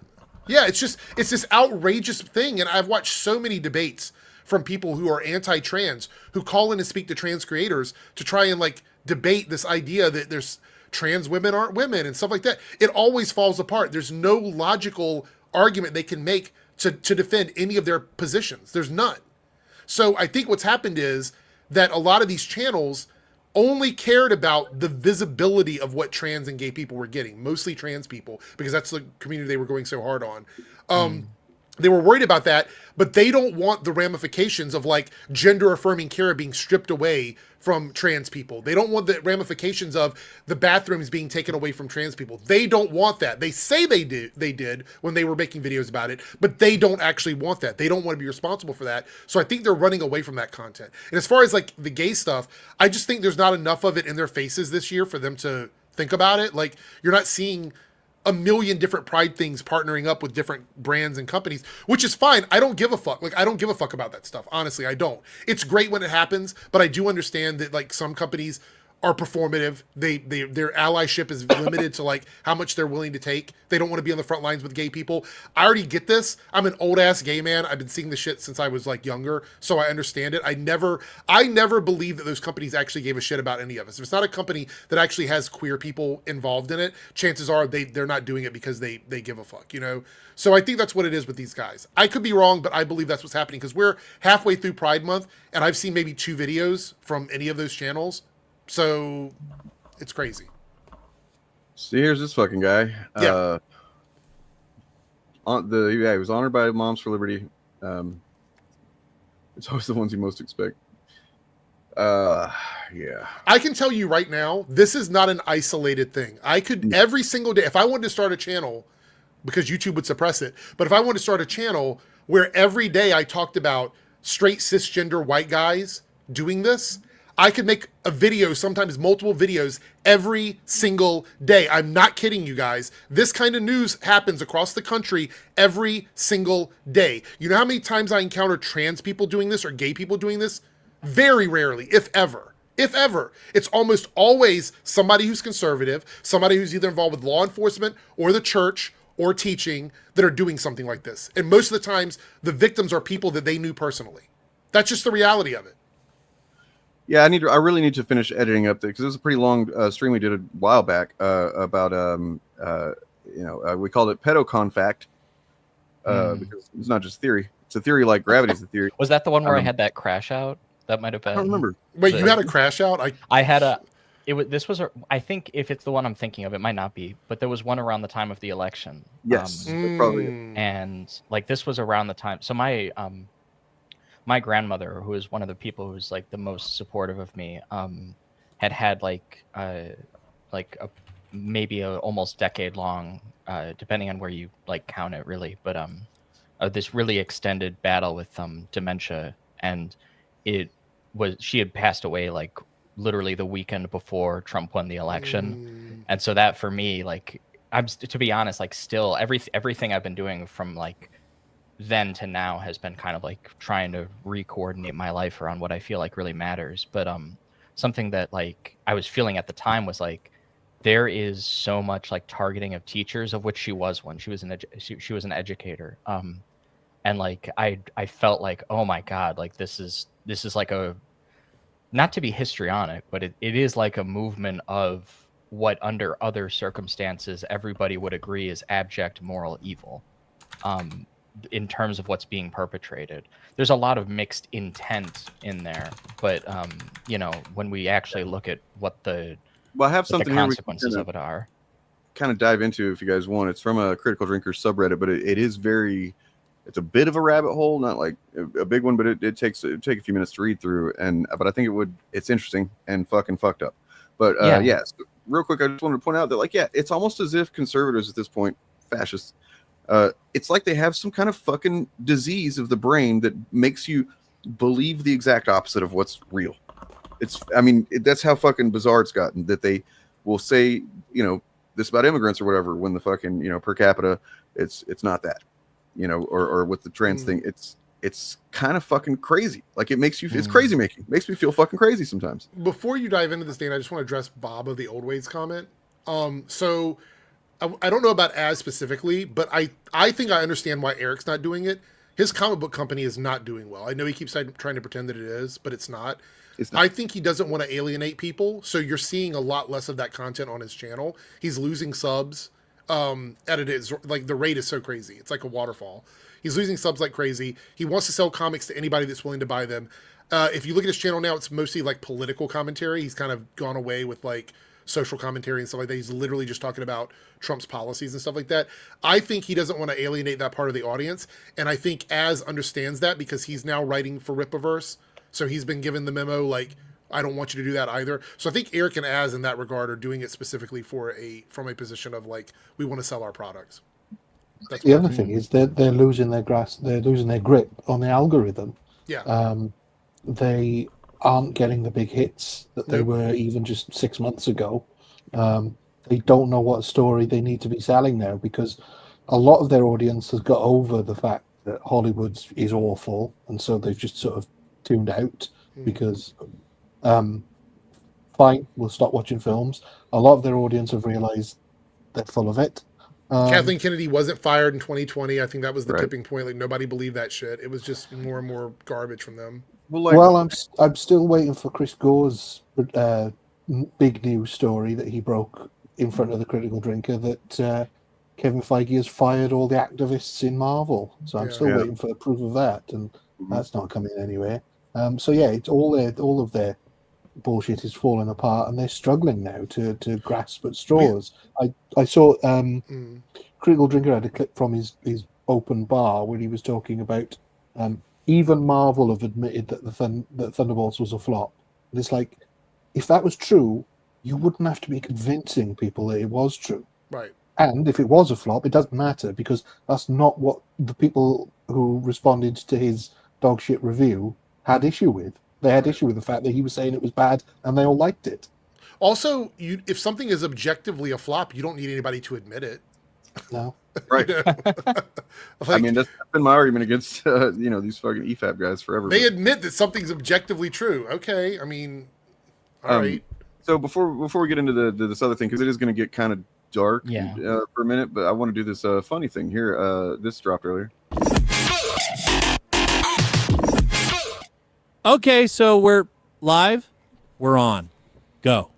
Well, hey, everyone. It looks like it's time. I'm drunk as as usual. Yeah, so my book, The Mighty Golden Gate Triot, is available for pre-order as of yesterday.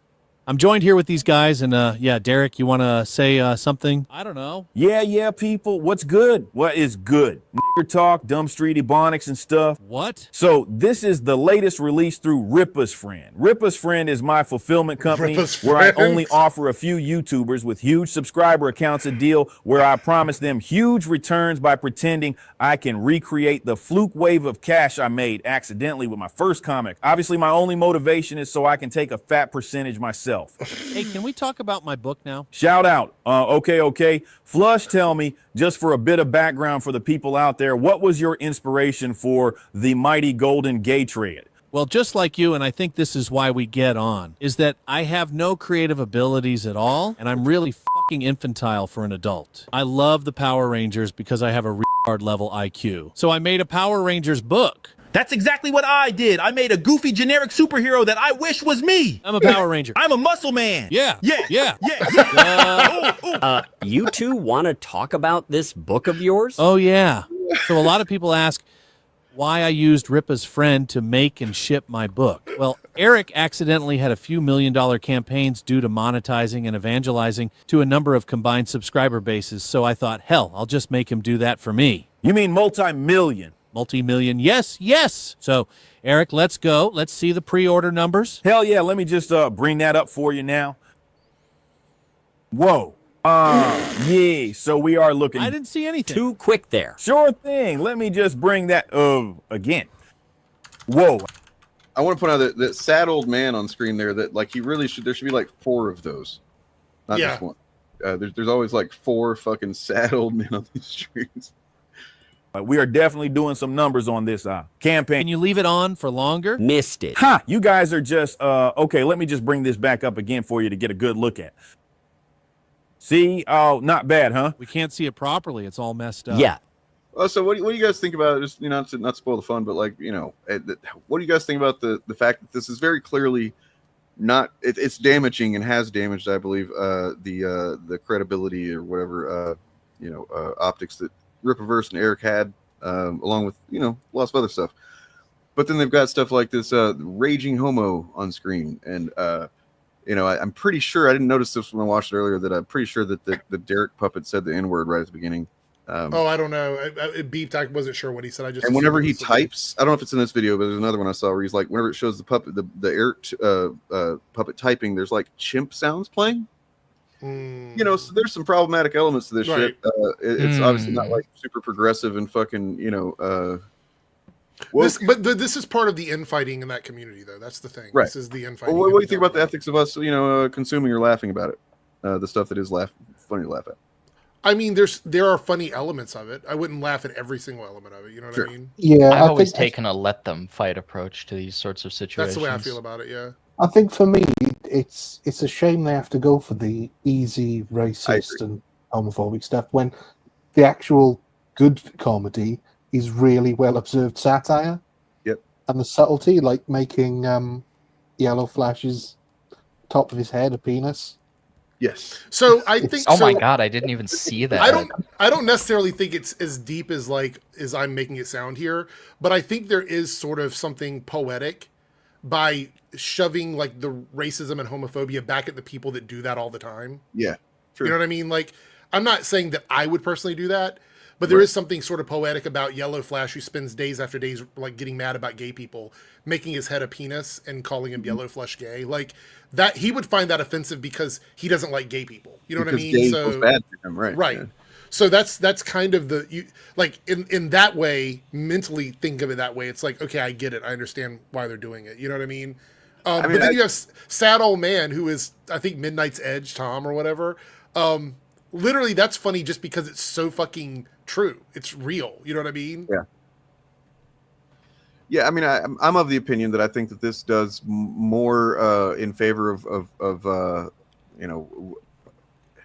more harm toward the image that these guys like to present, like Eric and stuff. It does. I'm just thinking how I'm trying to frame this. It does more good than harm, I guess. But I'm also not of the communities that it's using for those little fucking silly, not even worth it jokes. Like Ryan said, there was the organized chaos one, which is fucking excellent. Very good encapsulation of the debate with Bob and Eric. But then at the very end, there's, or I think maybe one little thing throughout it too. There's like just these, like he says, "Oh, my favorite food is chicken" or something, and then at the end the rednecks call him a fucking a monkey or something like that. And I'm like, what? If you just have those couple, they're not worth it. They're not funny. Right, but my question is that not what those guys would say about a black guy? You know what I mean? Like, is that not a true statement? That's true. I mean, so with the redneck characters at the end, I guess that does make some sense in that regard. But like, because it wasn't like it was a progressive person saying it. You know what I mean? Like, it was literally like redneck. Again, I'm not defending it. I'm just saying I wonder if there's more thought behind that than maybe what we're. Also, there's probably some internal humor in this that we're not getting, and I don't think that this video is necessarily intended to attack the gay community or anything like that. I don't think. No, that's what I was going to say to listeners. Like, that's my first instinct is to agree with you on this, but then I think a little bit like, if this does the job of continuing to pound the fault lines within their own community, is that not good for us? And if it's able to reach people in that community by kind of doing some lazy little appeals to the shit that they like to clap like seals at, then I don't know. I'm just. I think it's a tough line to walk. So it's no 100% from me, but this is internalized fighting between them. I don't think this is intended to be consumed by the masses, if that makes any sense. Right. Yeah. So yeah, that's the way I look at it. Yeah, I mean, I think the perfect example is like Ryan Cannell. Give him the goofy lipstick, which is fine, but the name isn't funny. Which one? Sure the Raging Homo. Oh, because his name is I think it's Raging Rhino is the guy that he's talking about. Oh, is it? Yeah. Yeah. Oh, I thought that was Ryan Cannell.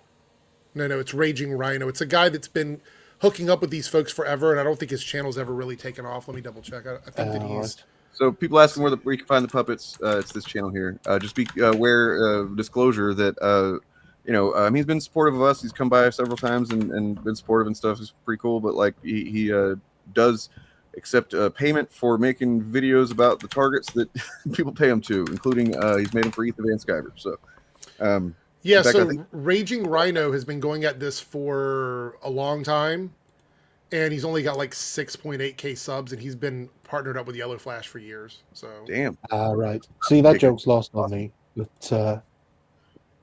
but yeah, I think it's tough. I don't want to say, because, like you said, the racist stuff, the homophobic stuff isn't great, but it's not this isn't for our audience. Right. The other jokes are in there for us, stuff we know about. There's probably jokes completely lost on us that community eats up as well. Also, Raging Rhino, or Raging Homo here, got well known because he made a video clip of him approaching a queer person at an airport, at a meet and greet or something, and like trying to attack them verbally for making comments about him on Twitter. So you excuse me, sir, you've tweeted about me several times. Yeah, that's what it was. And then he got blasted because he took a picture of this person and tried to make fun of them, and they're like, what does it say about you to take a picture of like a queer person and basically try and make them look bad because they said some hateful things about you on Twitter? Oh, grown ass man. Like Morgan said, he's just a dork. That's fucking dork behavior. I will say that like the thing a minute ago with him saying, well, I like Power Rangers, so I made myself a Power Ranger. And Eric going, me too, that's what I did. That's probably the funniest shit in any of these puppet videos so far.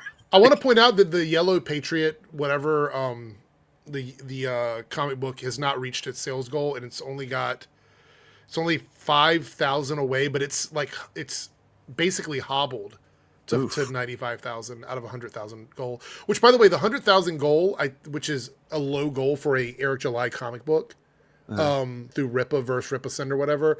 They did that because I think they believed it was going to blow past that number pretty quickly, and it didn't. It's kind of like stumbled up to like where it is now. Yeah, I think that's what this video is kind of addressing. Yeah.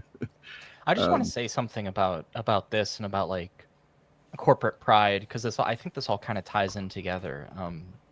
You know, guys like this really complain about, you know, everything that is basically just a rehashing of like forced diversity style arguments. You know, things are getting shoved in our faces. Oh, it's wokeness. It's this, it's that.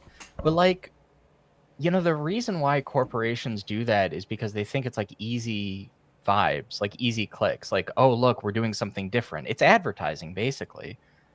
Including when studios make a movie that's not that different from other movies they've made, but they're like, oh, the character is a woman now or whatever. The idea is like, oh, look, it's slightly different. Don't you want to like see if you'll like this slightly newer, slightly different version of the thing that we've always been doing? Whereas like these guys seem to, when they see it and they're dissatisfied, they don't go, oh, this is hacky and done, and I want something different from what we used to have. They think, oh, the problem is that it's different. Like that's so... it's just so crazy. Like, no, the problem isn't that it's different. The problem is that it's superficially different, right? Right. Like the thing about like, you know, making a film more like gay, you know, like this happened a lot with The Acolyte when that show was coming out. There was that one interview or red carpet moment or whatever where the one woman, I can't even remember her name, just said something offhand where she was like, this is like the gayest show or whatever. The gayest Star Wars show or something like that. And then a bunch of these guys ran with it and they thought, oh my God, like this is free content for weeks. We can eat for weeks. I can feed my family with this homophobia. And like the crazy thing about it is like the issue that I have with it is that it's not really true. The Acolyte is not particularly gay. Like, yeah, you have like the Witch's Coven or whatever, but like the implied relationship between two female characters is not overly gay. You know, maybe it is the gayest Star Wars has ever been, but that's a low bar, you know, like imagine if you had a Star Wars show that was really taking hints and cues from queer culture. You know, imagine something that's really like about us like that. You know, that would be different. You could take that in a different direction. potentially, but that's not really where Disney lives. That's not what their MO is. And I just kind of think that to look at that and be like, well, the problem is that it's like, diverse or whatever. Nah, that's like how advertising works, like they're just going to tell you that it's something different from the stuff that you've been getting. And it's kind of not really, and maybe we like what we've been getting, Some people, they look at the Marvel films and they go, oh, I like, the old Iron Man films. I wish that we had that again. And then they do get stuff that's like that. And they go, I like it, That's consistent. But it's inconsistent to be like, no, now this one, it has a black woman in it. And it's like, well, is it that different? It's all selective amnesia as well, because I think, was it you, Dane, that mentioned Battlestar Galactica recently in some context? I was literally about to, yeah. That like, Starbuck was people got upset about Starbuck being changed from a guy to a woman, and it turned out to be like one of the, regardless of the gender, it was just like a great characterization and a very popular character now. But it's just Adama was race swapped from a white guy to a Hispanic guy. So I don't know. I don't remember anybody. I'm sure that somebody did get upset about that, but I don't remember anybody. Not the Edward James Olmos thing. I know people got upset about the Starbucks This is change, but something in the chat that I just saw. This is really brilliant. Lucifer Riding says, the implication of gayness was only implied by the subtext of witches, some of which is based in actual real life misogyny. So what is the mileage on that really? And I kind of get that. What I think is interesting is the point about Andor. Women were making out on Andor. Queer culture has like a latent anti-authoritarian tendency. And I think that that fact of like the rebelliousness of it comes through a lot stronger just in like the themes of Andor. The idea that you have a group of people who are kind of coming from all walks of life that are resisting this big evil empire. Whereas the witches, it's like it's basically textual that those two women create life together. So it's like they're two mothers. That's basically in the text. So that like I get calling that gay, like I get saying that that's gay, but also like Andor, there were literally women kissing on Andor, so yeah, exactly. And well, they eventually, right? Like even Critical Drinkers video of the put out at the end of it was, oh, Andor got me, finally got me. It's like, what? How do you watch a whole 2 seasons of a show and not know what you feel about it, or be kind of on the fence, and then like what it gets you at the very end? What the fuck? Oh yeah, it got him when it got to the fighty shooty bit. Oh, I see. I have to jump out. I have to run to work. So I will see everyone later. Have fun on the stream. Yeah. And Good I will seeing check you. it out. So peace out. Yeah, peace. I was gonna say I have a pair of videos. It's sort of a two-parter that I'm planning on releasing in July that I'm still kind of putting together, but they're all written. Like the essay part is written. And it's sort of the first part is about the way that Rey Skywalker is written in the Star Wars sequels. And the second part is about Finn and Poe, kind of the other elements of the main group. And that second part is about the idea of like gay representation in Star Wars and the sequels and stuff that like J.J. Abrams said about it.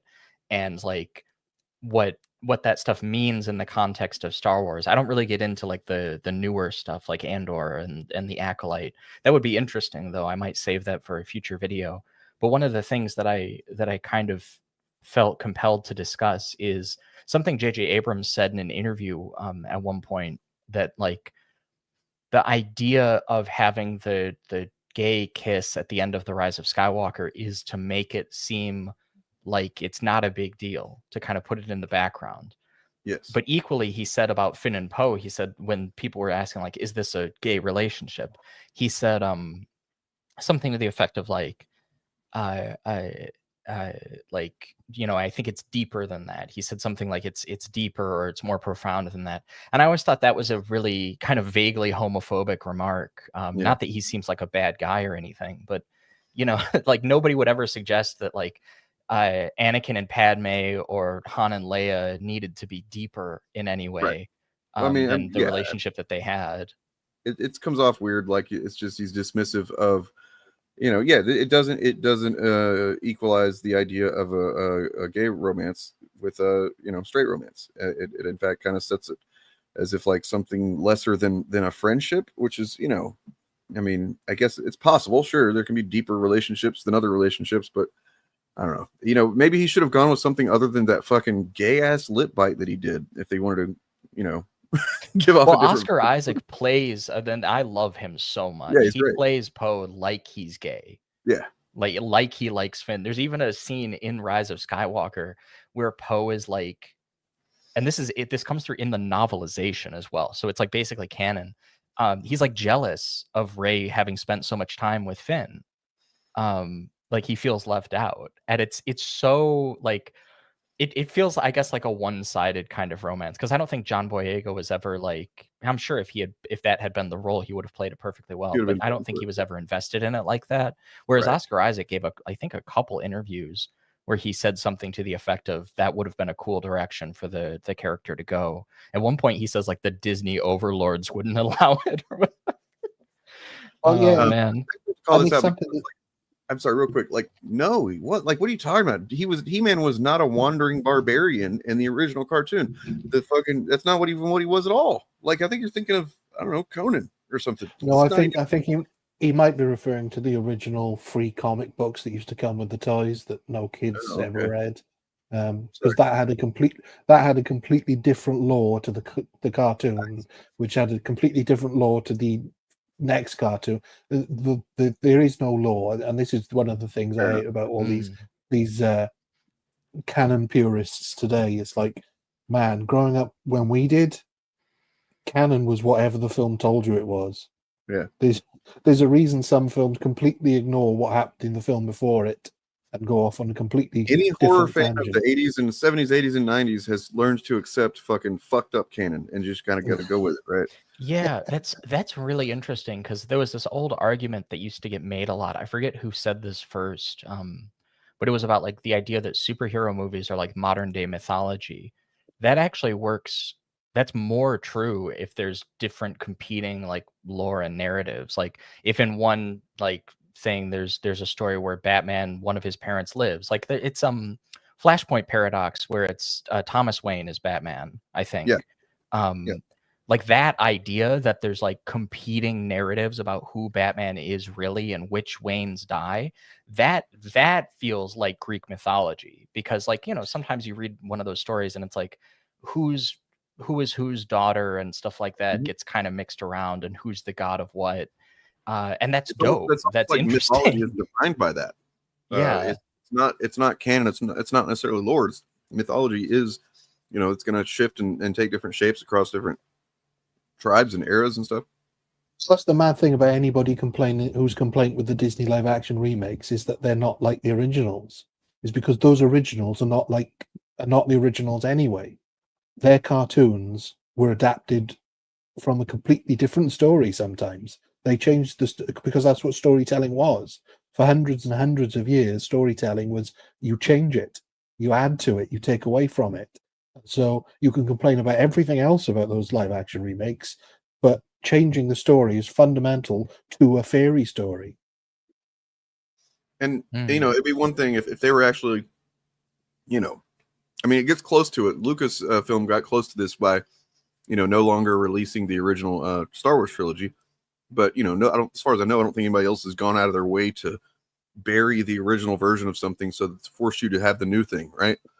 That would be that'd be more understandable in that regard. But no, because I mean, I can remember growing up being told the sort of Little Red Riding Hood fairy tale, and in some versions, the wolf just eats her. The wolf just eats the grandma, and that's it. And in some versions, the wolf eats the grandma, and then Red Riding Hood, and then the huntsman comes along and saves them both by cutting open the wolf, and they're both alive. So there's at least 3 or 4 different versions of that story I heard when I was a kid. So, and actually, there's a film about that, about the fact that there's different accounts of Red Riding Hood, and in the fairy tale, there's specifically a film, like an animated film. I can't, what's it called? It's a 3D animated film. It was an earlier one from when I was like a kid. Hoodwinked? Hoodwinked, yeah, that's the one. Because it's like a mystery kind of film, like a whodunit, and they all have a different story about what happens. This makes me laugh. I'm sorry, but like he says he's right. Yeah, in the Acolyte, it turns out that the witches were, subordinates of Darth Plagueis, right? I just realized that, left a little ambiguous. You fanboys got the same kind of treatment with Darth Plagueis that fucking gay people did with the kiss at the Skywalker. It's like, legitimately a crime. It's a crime that the Acolyte got the treatment from some of these guys that it did, because like they were jonesing to hate that show from the first episode, but it was only at the end that we got the Plagueis reveal. And if they had just waited and withheld their judgment, what they would have seen by the end is, oh, if we get another season of the show, we're going to get some real Sith lore stuff. There's the potential for something to really happen here. Yeah, but there was a woman in it, and she was black, and there were two of them. I mean, I just I don't. There was so many little weird complaints, like the fire. At one point, I was reacting to something. I think it was like a panel that had like Mahler and the Critical Drinker on it, and they were complaining that like the fire spreads too quickly when one of the twins like lights the torch, and I was like, she clearly lights it near like it's like an electric outlet or whatever. Like the door is powered by electricity, and it's like this big, like they have like power in this facility. So like if it's an electrical fire, what are you gonna do? Like pour water on it? Like that's, I don't know. It's just weird. It's just like somebody said once on that panel, these guys are so stupid. I genuinely resent how dumb these fuckers are. It's true. One of them said like, oh, it's stone, how is it burning? And it's like, big dog, like if you have an electrical fire and there's flammable things in the building, the fact that the building is made of stone is not gonna stop you from burning alive. They had a lot of weird stuff around fires when it came to that show, Yeah. She's a former Padawan who could put out sustained fires in the vacuum of space. Sustained fires in the vacuum of space. Sustained fires in the vacuum of space. Fires in the vacuum of space. Fires in the vacuum of space. Sustained fires in the... And it goes on and on. Nerdrotic should... I was about to be real spicy. I genuinely feel like he would be doing less harm to the youth if he just served crack again. Like on a harm reduction level. I said that a couple of years ago, and people on Twitter fucking got really mad at me. They're like, oh, what, of course they were probably people that don't look at this through the lens we do, but like, no, he's objectively, in my opinion, causes more harm to more people. He's got a way bigger platform. And the main thing is, people that, it was meth, by the way, people that consume methamphetamines or whatever drugs, they typically know that's what they're buying, and they know that it's bad for them, right? Whereas like the content that he fucking serves to people, these people by and large have no idea. They think that they're the good guys. They think this is good for them, that what they're doing, that what they're consuming is healthy or whatever. So I mean, in that way, it's just objectively a shittier thing that he's doing these days. Well, something I've noticed about the Critical Drinker, watching a couple of criticisms of his videos recently, is he's got a real disdain for everybody. He thinks I don't know if this is part of the act, but he generally thinks he's smarter than everybody. Women, definitely.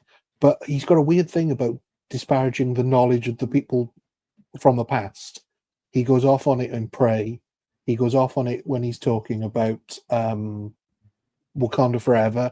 How, oh, these stupid idiots from hundreds of years ago didn't know anything. And I'm like, are you completely oblivious to the history? And all right, they wouldn't know what to do with an iPhone, but that doesn't mean they're idiots. Well, there was a Greek mathematician that calculated the circumference of the planet. Yeah, I know his name and I can't pronounce it. Aristophanes, I think.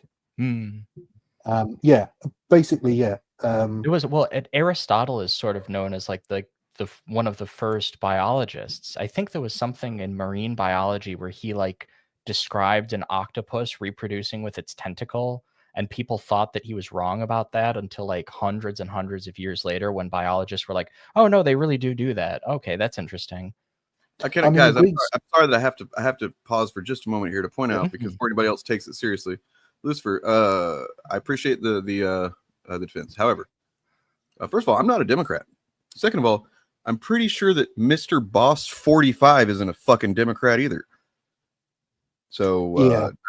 nice, real good attempt there, bud. I don't really understand. I would be willing to entertain this, but like, what is the problem with Dane's values specifically? You could say, there's an issue with an argument that he made, or it's just a vague, swing at my value substantive. system because he doesn't look. Because apparently, I probably said something that really, upset him, or he recognizes it's true, or whatever. So that's typically what I assume. I don't know. Like Andrew Cuomo, like entertaining Charlie Kirk makes Democrats look bad.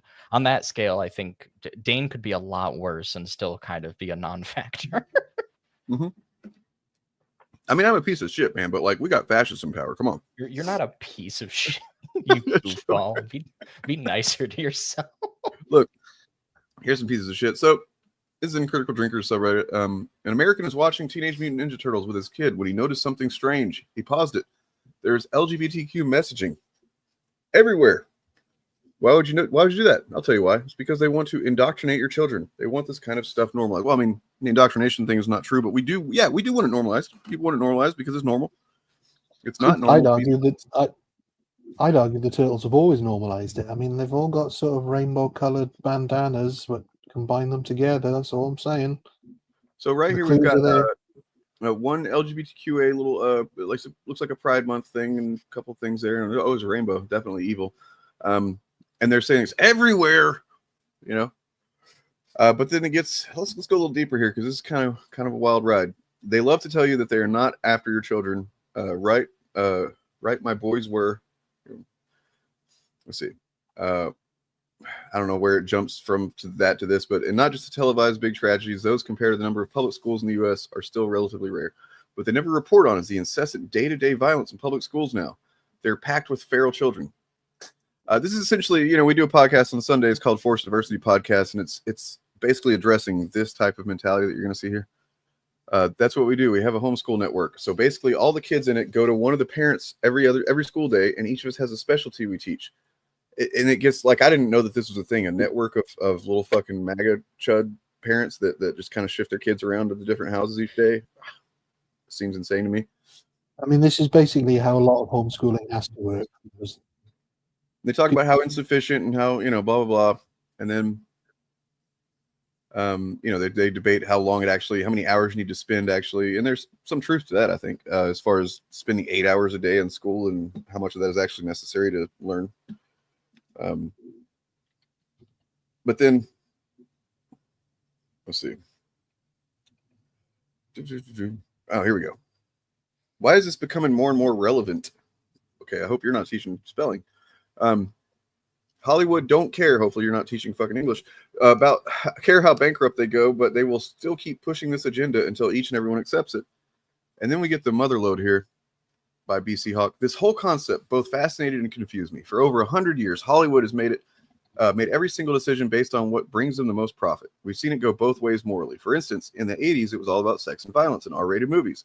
Sex sells, and he's right about this, or she, whatever. So you saw a sex scene, or at the very least, nude women in almost every single R-rated film, a lot in PG-13 films, even in PG films. That's right. Go watch 16 Candles, PG teen comedy. Is that true? I don't know. There's a nude girl. I'm sure she's not actually a teenage girl, but nonetheless. However, you saw the pendulum swing completely opposite direction in the early 2000s. So he makes that point. Talks about Die Hard with a Vengeance, World War Z. True, both of those were PG-13. They did do shift towards that. However, sometime in the last 10 years or so, you've seen Hollywood double and triple down on shoehorning LGBTQ content to every single goddamn movie, TV show, and cartoon, even ones that are aimed at toddlers. Go watch the Muppet Babies episode where Gonzo dresses in drag so he can go to the ball in a gown with the girls. They are literally losing billions of dollars because of this. The proof is in the pudding when you see things like Pixar pulling a 180 at the last minute and taking, where would it go? Blah, blah, blah.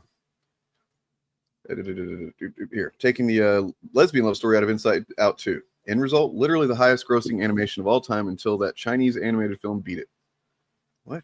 Families will go to the theater to see your movie if you just make it entertaining and leave the rest of that crap out of it. I kept scratching my head about this phenomenon rather than do some research, and finally came to the conclusion that this is literally their religious mission. Oftentimes, atheists end up turning to something else to replace religion, and for a lot of people, politics become their religion. So, anyway, this is, and I think that this is kind of like, even if they haven't consciously worked their way through it the way this guy has or person has, I think this is kind of just what a lot of people's assumption is, vibes wise, right? A lot of these chuds anyway. What do you guys think? Yeah, absolutely, because this is the sort of, again, this is the selective amnesia. I mean, talking about the early 2000s, getting rid of sex, you mean the rise of the sex comedy, like American Pie and Old School and all of those films that came out then?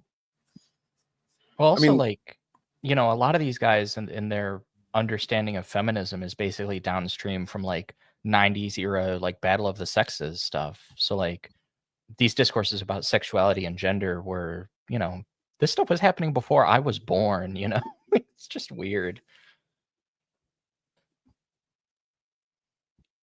Yeah. Yeah. So, I guess, they're saying that these companies are losing billions because they just keep making these, these movies that nobody wants. And that's the reason that movies, it's like, do they not recognize, first of all, of course they don't.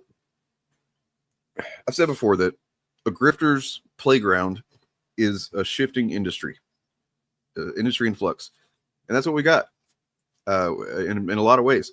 Movies, comics, TV, it's all shifting in real time. Things are, streaming platforms are popping up and dying. Movie studios are fucking, everything's closing down into one fucking mega studio eventually. And they don't recognize those things as having an effect. They don't recognize that the streaming aspect on its own, of course, that's going to change the way that people consume media. And especially they've shifted on streaming or movie releases to put movies out. I just saw today that Thunderbolts is going to be available on July 1st. That's fucking great because I love that movie. I can't wait to see it again. But that's way sooner than it would have come out 10 years ago. It would have been 3-4 months, something like that, after it was in theaters.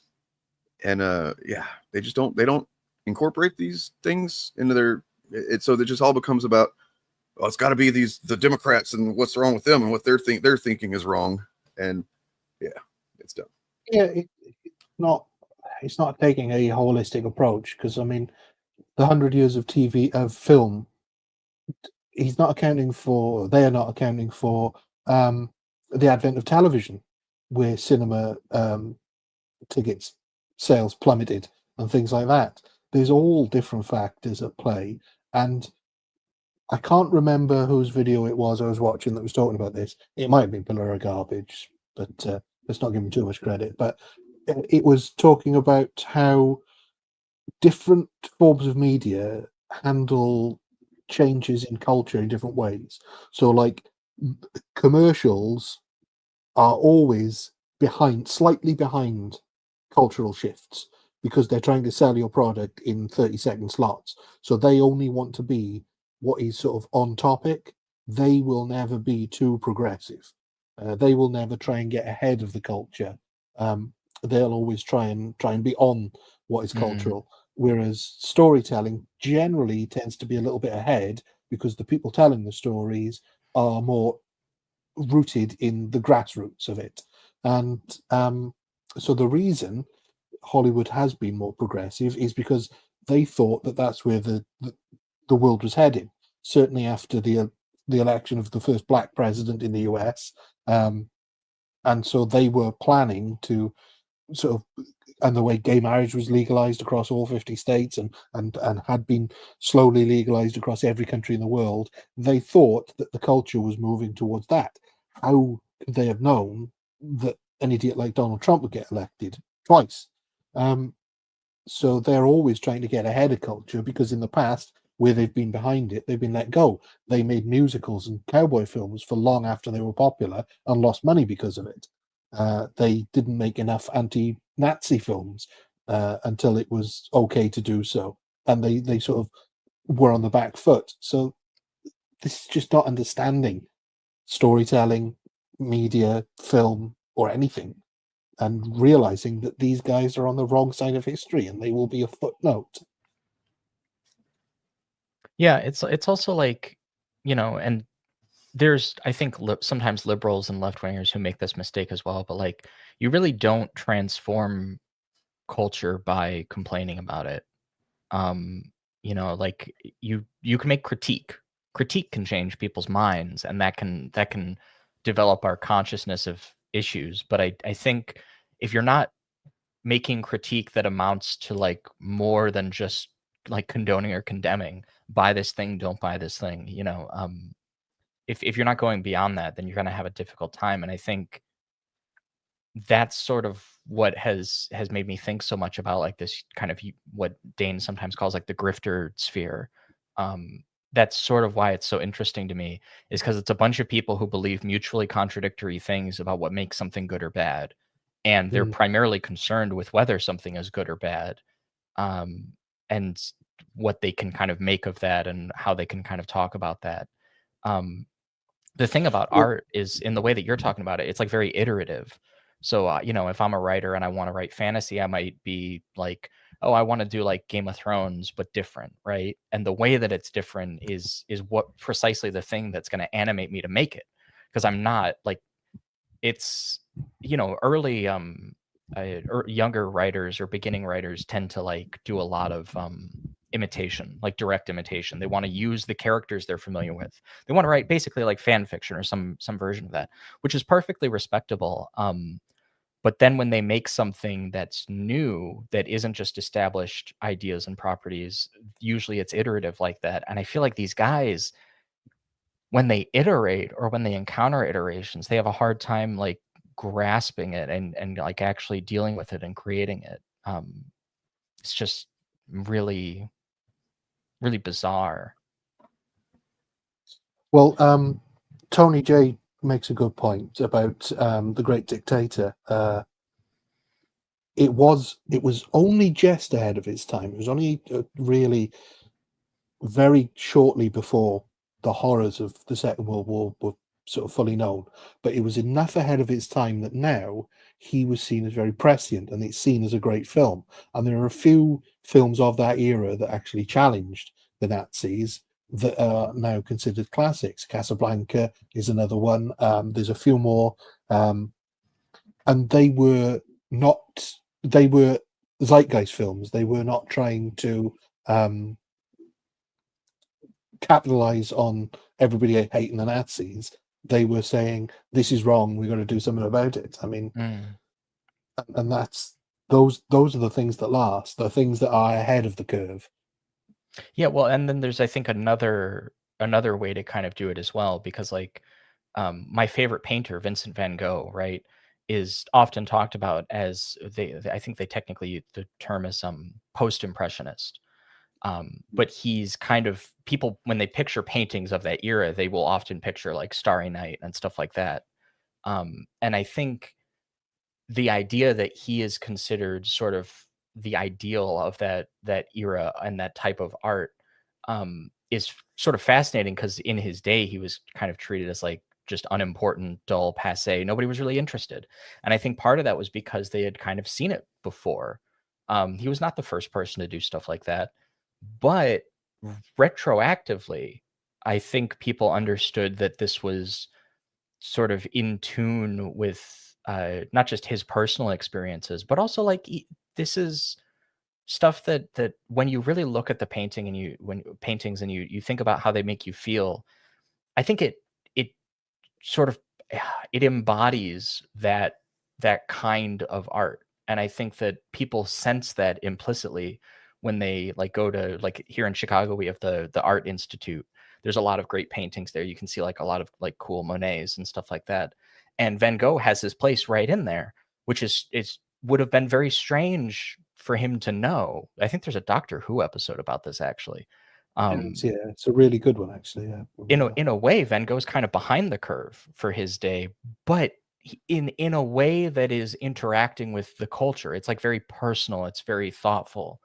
You know, I think this happens sometimes with like with artists where they're just not living in the time that would make them successful, but what they're doing is very important and very like it contributes very strongly to the tradition of the arts, such that later on people will look back on them and think very well of them.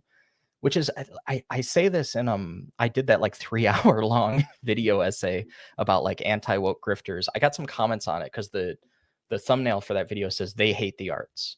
And I, you know, in the way that dull people sometimes do. They click on the video and they leave a response just to the title or the thumbnail. And I got a few from right-wing people that were like, well, we don't hate the arts, you hate the arts. And of course, not interacting with the core argument, which is that you would not talk about things purely in terms of financial success if you really gave a shit. Like, I love Van Gogh. If I had these people's metrics for the arts, I would not. You know, like, I want to be consistent in that.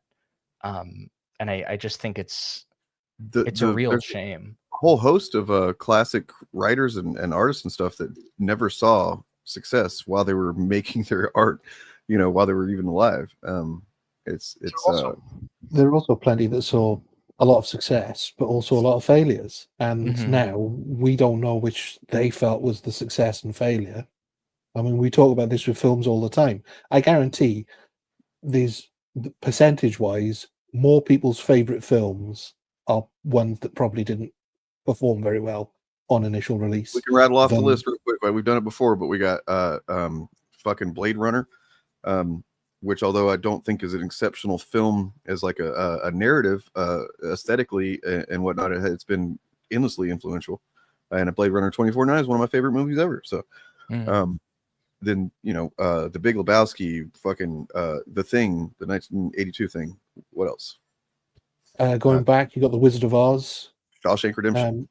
Shawshank Redemption. I mean, these are some big names. Starship Troopers, even, which was Verhoeven's huge for that. That's a great point. Yeah, I mean, even now looking back at stuff like Showgirls, I think like people have a much more nuanced appreciation for his work. Not me with Showgirls, I'm sorry. But I mean, if you listen to people talk about it, I think the public perception has changed quite a bit. I think I might try and watch it again because I watched this RoboCop documentary. It's called RoboDoc on something not long ago. It was really good, but it's like 4 episodes or some shit, maybe more. And it goes pretty in depth, and it talks about, you know, Showgirls and stuff. And that he's basically, I had never considered, you know, I saw it in the 90s, of course. So like, you know, I don't know, I didn't have much patience for goofy, crazy, whatever was going on there. But basically, he's explained that he was doing for sex what he's done for violence in other movies. And I was like, oh, okay, maybe I can, you know, I don't know, maybe I can get my head around it if I watch it with that in mind. Yeah, well, this is something that's actually on the topic of like fandom culture. This has happened a lot with Star Wars.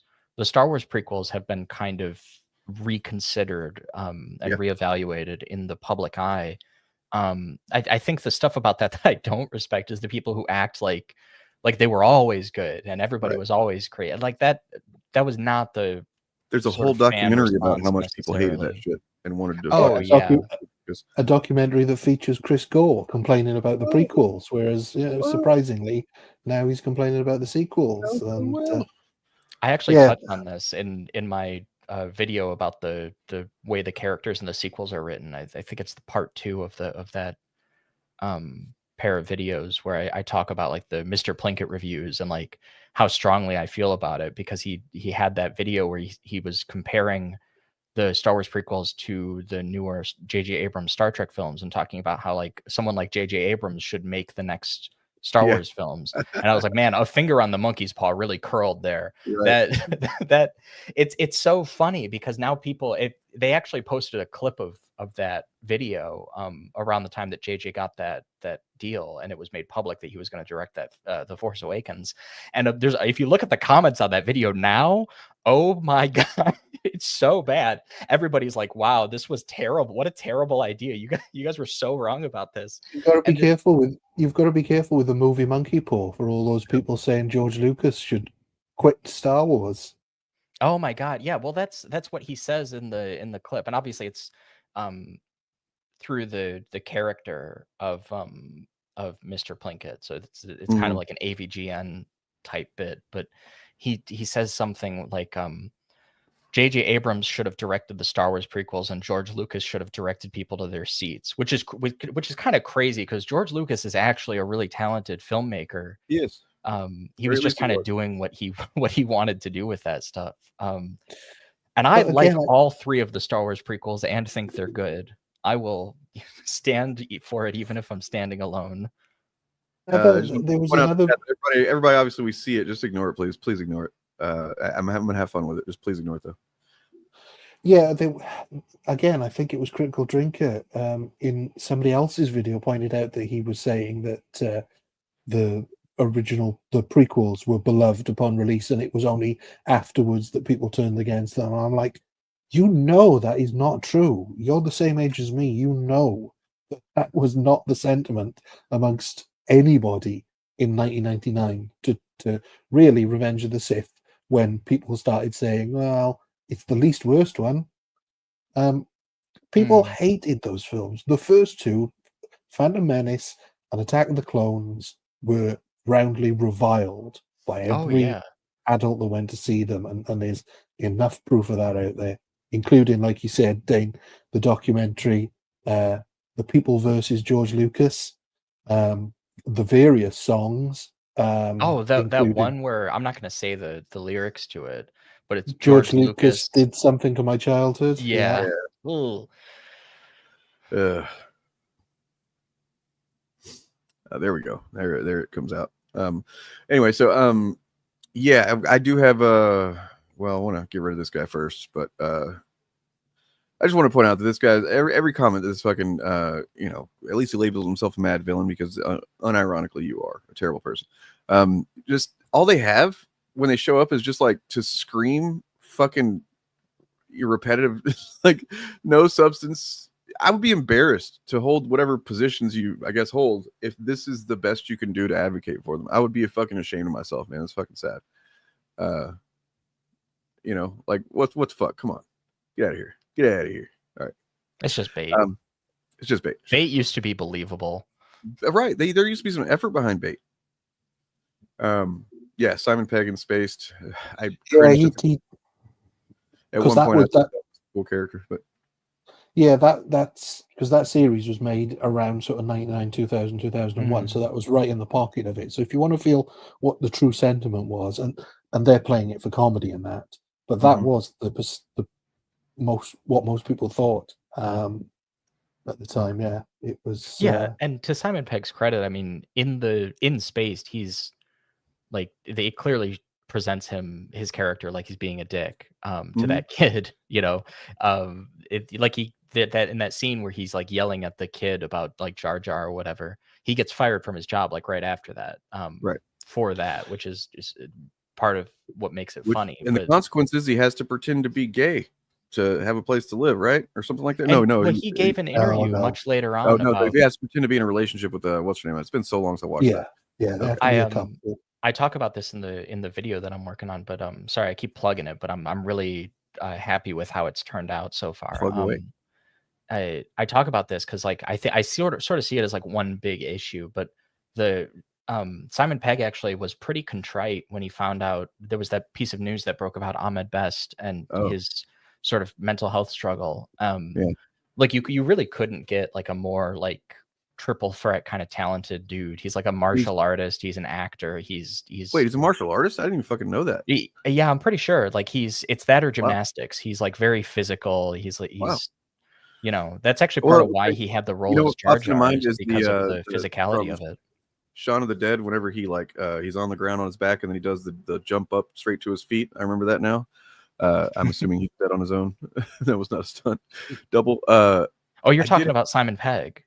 Yeah, who are you talking about? I was talking about Ahmed Best. Oh my God! Wow, he's like a very like physical. I see. Person. Yes, like he's very fit. He's definitely going to be a physical guy for sure. No, I don't. I would be.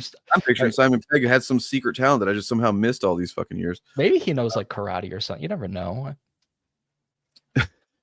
I had started looking at this other thing because I do have to get out of here before too long, and so I definitely want to make sure to cover this one last topic that is starts off very very upsetting. But it ends up in a different way. So it's a tough one. So apparently, as happens far too often, I don't have any of her information or anything. But like apparently, a teen trans girl took her own life a couple weeks ago, and somebody saw that as an opportunity. That somebody being Stone Toss. If you're not familiar with Stone Toss, he is a Nazi. He makes Nazi propaganda, as in his little comic strip that he does. That's just like straight up Nazi talking points about queer people people of color, everybody, he's a Nazi. But then a hero emerged, Superman. This goes by Superman on Twitter. And in the spirit of Superman Smashes the Klan, which is, from a few years ago, is a little mini-series, kind of alternate reality comic that's fucking excellent. I suggest checking it out, by Gene Lang, I think it is. And it takes place in the 50s, and it fictionalizes the real story of what happened in the actual 50s, where the Superman radio show did an episode called the cult of the clan of the fiery cross, which was very obviously meant to be the KKK, and that because that show was so popular and so many people had never really heard about the KKK and like what they actually were about and stuff like that, that diminished the KKK in actuality in the real world for decades after that, just by putting a spotlight on it and making fun of them a little bit. So this book, Superman Smashes the Klan, kind of fictionalized that story, as in like has a couple of kids in it, a Chinese American immigrant family, and it's really good. But so this motherfucker took the last post. He went and posted underneath that trans girl's last post on social media, links to his merch and shit, or to buy his crap. And then he took her a picture from her, something she posted, and made it his header image. Just real fucking craven shit, nasty shit. And then he got doxxed for it. His name, his phone number. So he'd been doxxed before, a couple of years ago, but I'm pretty sure it was just his name and maybe I don't even know if it was. I think it might have been like a not current address that was doxxed. But this time it's photos, name, current address, all the goods. And just salute to that hero. That's all I'm gonna say. I'm glad there's people out there doing something about this shit, because until there's fucking laws on the books that protect these people, until there's a culture and a government that supports these people and prevents this type of thing from happening so often, then so we're gonna have people have to take matters in their own hands. Sorry, go ahead. Yeah, I just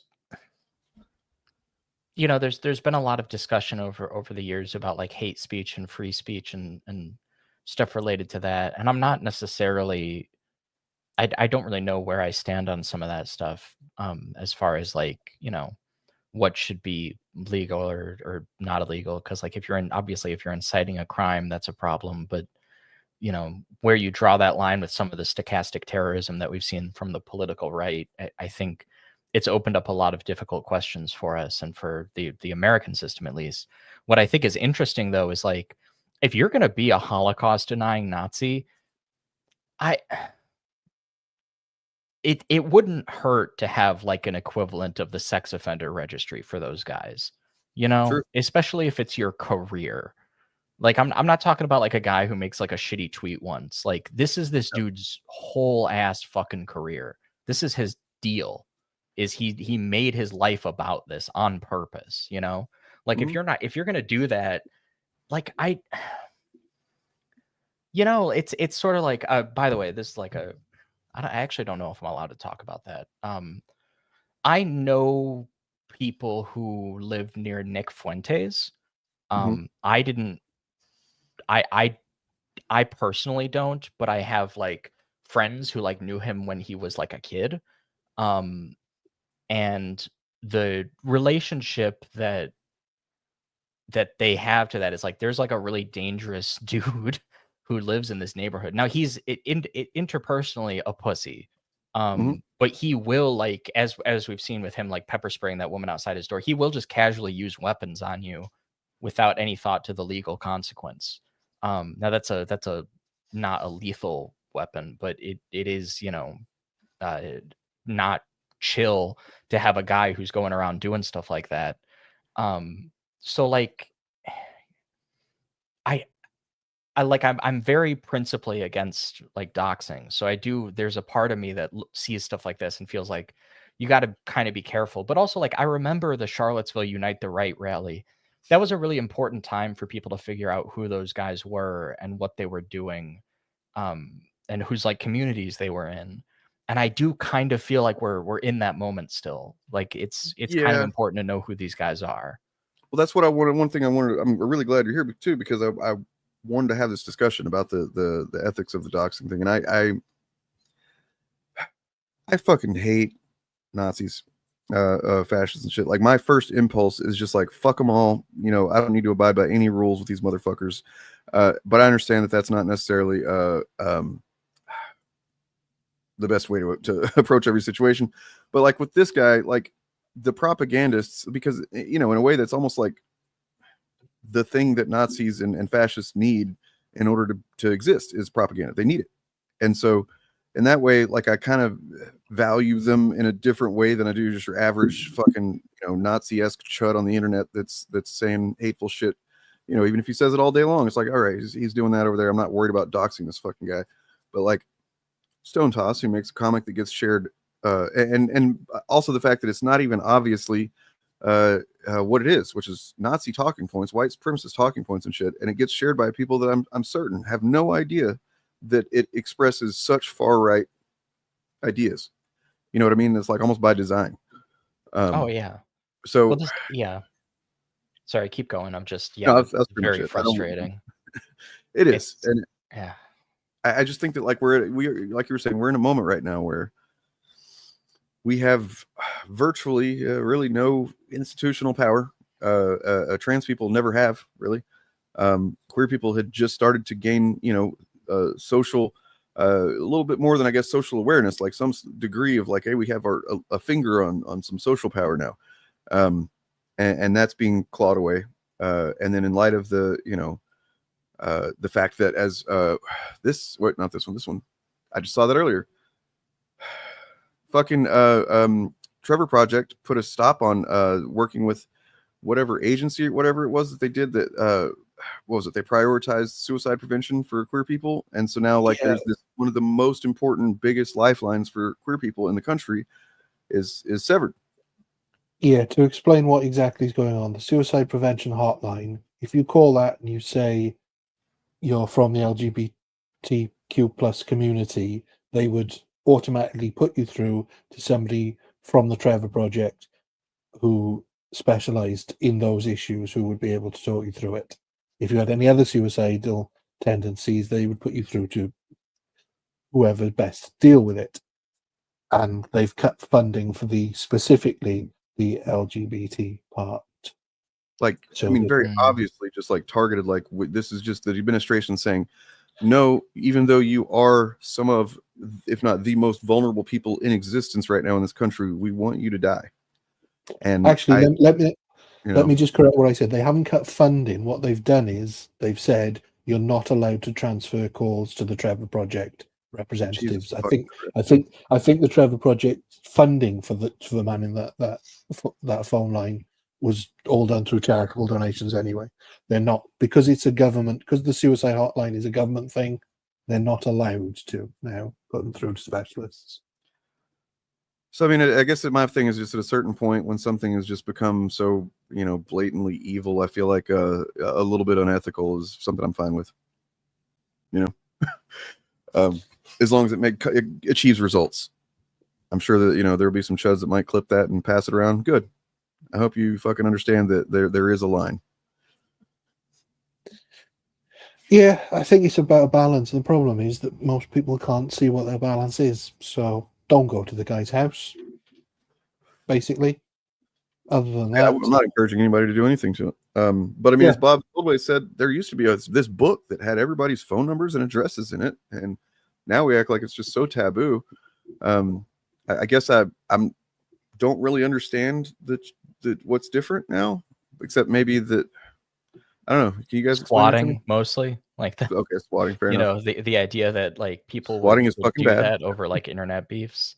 That's like the one thing that like concerns me, because like there can be false positives with this stuff, and it can be abused by like bad actors. But the thing is, like, the thing about being transgender in that situation is like transphobes just do that shit to us anyway, you know. So it's kind of like a there are no rules like type thing.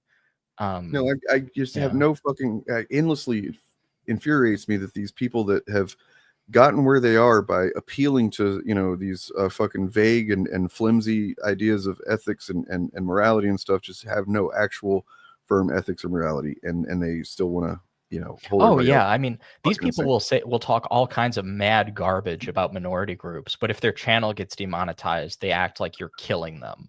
It's crazy. I don't know. Like it's like if I didn't want my channel or videos, not even channel, like some of them complain about like videos getting taken down or whatever. If I didn't want that to happen to my channel, I would just change what I was doing with my videos. Like well, the problem is whenever that is the thing that makes you your money. Then sure, yeah, that is the issue. Like the issue that I had years back was that there was like clear deboosting in the algorithm. Right, I remember if you that. said stuff like gay or trans in your like video, or if it was all just getting like categorized under just like sexual discussion, right? It got treated like you were like talking about porn, basically, and that was like really frustrating. Yeah, I mean, there was a transgender YouTuber who's been getting like mass reported a lot, Anna Valens. Like people have been really going after her in really disgusting ways. But one of the things that that she, and I've been reading her for like years. One of the things that happened is she got a ton of her like YouTube stuff all like taken down because she was doing videos where she talked about stuff like sexuality and stuff like that. And the thing is, like, the standards are just different, like you can be like a cis woman and like do a partnership with a company that sells sex toys, and you can openly talk about that and have that partner that like sponsorship disclosed in your video, which you're supposed to if you're a YouTuber and you're getting sponsorships.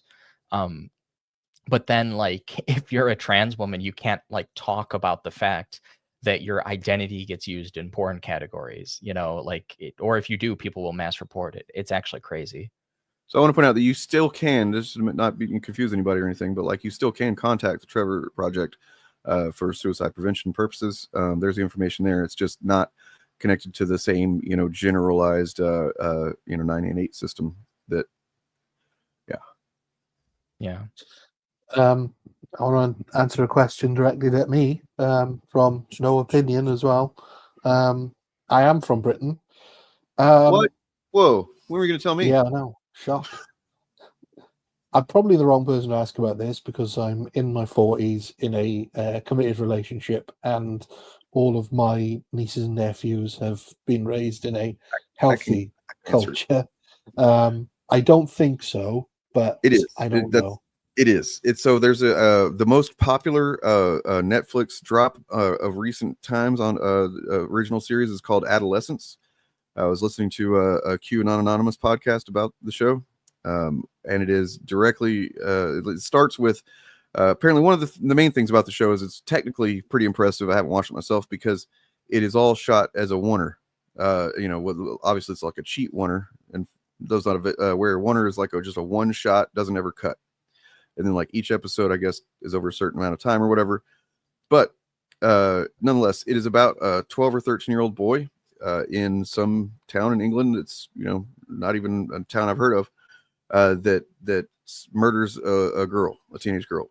And it's all like caught on camera in a parking lot or whatever. And prior to that, he had no issues that his parents were aware of. They're pretty normal family and whatnot. But anyway, they talked with the creators of the show, and it was very specifically written to address the issue of, like, for instance, there was a couple of years ago, I remember hearing that a teacher in England had said that they basically need to start training therapists, psychologists to deal specifically with Andrew Tate fans, because there's like a whole rash of 12 to 15-year-olds, who are just become radicalized by Andrew Tate content. So yeah, it's a problem, and that show Adolescence was written to address that, because apparently there was some murder or something that happened that was related to the manosphere content. Yeah. See, I'm out of the loop on that sort of thing. Unfortunately, like I said, my nieces and nephews are almost all out of school now, but they're all very well adjusted, and thankfully, and so yeah, I'm just unaware of it. See, I've heard it's good. I heard that the child actors are excellent as well. Like the little boy that they got to play the main character is fucking pretty goddamn incredible. So yep, Stephen Graham's in it as well, and he's a fantastic actor. You'll definitely know him from stuff. Yeah, I think that's Stephen Graham. I think. Yeah, I've heard it's a great show, and I know that right wingers had a terrible time coping with it because they thought it was based on a. It's not based. It's an entirely fictional story. They thought it was based on a true story, but they thought it was based on a true story, and the kid who did the murder was black. That was something. That was a narrative they tried. Right, they tried to spin it off of that being a racial issue, right? Wasn't it being written before the thing it was being compared to happened or something like that? Yes. Like there's a timeline of it. Yeah. Yeah, the one thing they thought it was to do with was the black kid who the right wing claimed was Muslim. This is how confusing the right wing narrative gets. The black kid, the black 17-year-old who murdered a load of kids at a dance recital, the right wing blamed it on a Muslim immigrant, and then the right wing went around and started a riot. Different right wingers, or indeed the same right wingers, thought this was based on that, but it's not. It's entirely fictional. The worst cope I heard was someone was convinced that there would be a twist, and it would turn out that the white kid didn't kill anybody, but actually his black friend was the real murderer. So, I mean, this is the sort of twisted hoopery you have to jump through if you're of a certain political persuasion who can't accept things at face value. Yeah, well, it's also a very like English. I hate to be this way, but Oh, sorry, I'm not English. it's a very like English problem, where like literally anything bad happens, and a bunch of people in the press and just a bunch of what's the word for them?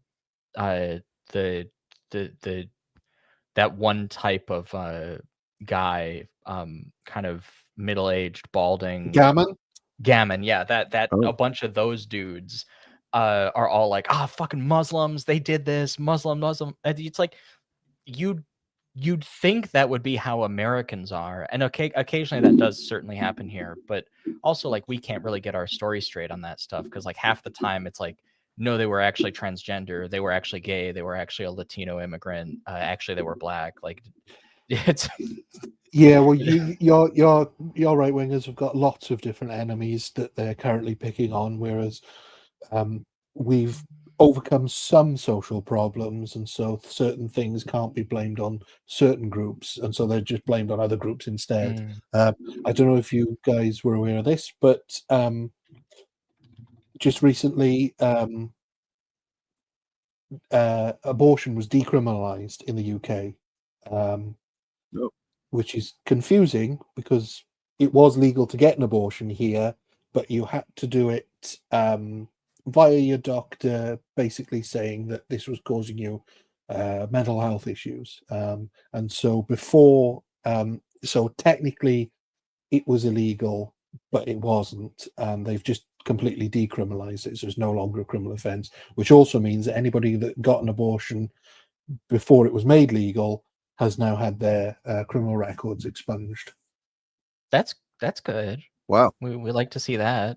We'll take a rare W. That's nice. Yeah. I wish we had something like that here. Right. I mean, you're quite a way off that, unfortunately. Yeah. Yeah, we need some real fighters here. There's actually a recent video by a channel. There's this YouTuber called Jimmy the Giant. Yes, yeah. He's kind of too cockney for me, but yeah, he is that. He's the type of like a British guy that Americans really like. You know, he's kind of got like the right kind of accent and presentation, but he's sort of interesting to me because he's kind of an ex right wing type of dude who has made a few videos about like, you know, here's a thing that is happening to young men. Right wing misinformation is like taking advantage of them. You know, a bunch of stuff like this. He did a video very recently. It's called "The Middle Class British Grifter Explained." I thought it was kind of fascinating. His take I did on watch that one. Yeah. He's got a point up to a point, and I think he boils down complex issues in a simple way while not quite getting everything right, but still like 90% of it's right. So I'm not, Yeah, you know.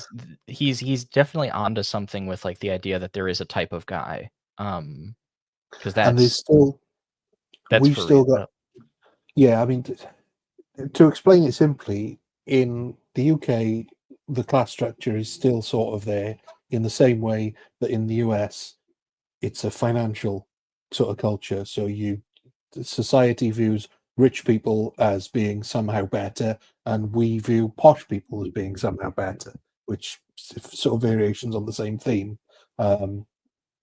Yeah, so middle class people, well-spoken middle class people, are venerated outside of their positions, basically, and it's always been it. There was a period where working class voices were much more represented, sort of during the 80s and 90s, and that's sort of gone back to the bad old days when people with plummy accents are more representative now. Yeah, I always think it's interesting how much like linguistics plays into like English classism. That's actually probably the people try to do this kind of weird take with the writings of Tolkien in like fandom, where they try to like talk about like Tolkien and race and Tolkien and this and that. There is actually a very like kind of implicitly racist but genuinely quite classist element to Lord of the Rings, where the orcs are like, they're just lower class English people in terms of how they talk and stuff like that. And the way that Tolkien wrote about it is like, well, look at this obviously disgusting group of like losers. Yeah, but then I think what he neatly contrasts is that in that the hobbits are also the lower classes, in some respects, and that's why. Yeah, but I think that the thing that makes it a little bit racial to me is the juxtaposition of like the kind of rural and urban kind of lifestyles. You know, maybe that's my American kind of take because of how that reads to us. But I do think that, you know, there's the sort of pastoral bliss of Hobbiton contrasted with the kind of like sinister industry of Mordor makes that seem like, you know, like if I were an English racist and I was looking at the orcs, I would be thinking, okay, like, you know, Muslims, Indians, you know, Africans, like that's kind of the picture. But it's drawn together by a kind of class aesthetic, which I think is really quite interesting. And it's seen as much more of a class thing here because we had some so weird rules, like in you see this in Dickens and in a lot of Jane Austen stuff. If you're posh enough, getting a job is seen as awful. You should be able to just live off your parents' inheritance, and you shouldn't need to work. And working class people, it's the awful thing. It's not the done thing. People actually torment themselves of having to get a job. Wow. Yeah. It's that's not the way it is here. Like even whenever there are no jobs, you will get judged as just some kind of fucking, you know, a layabout bum, you know.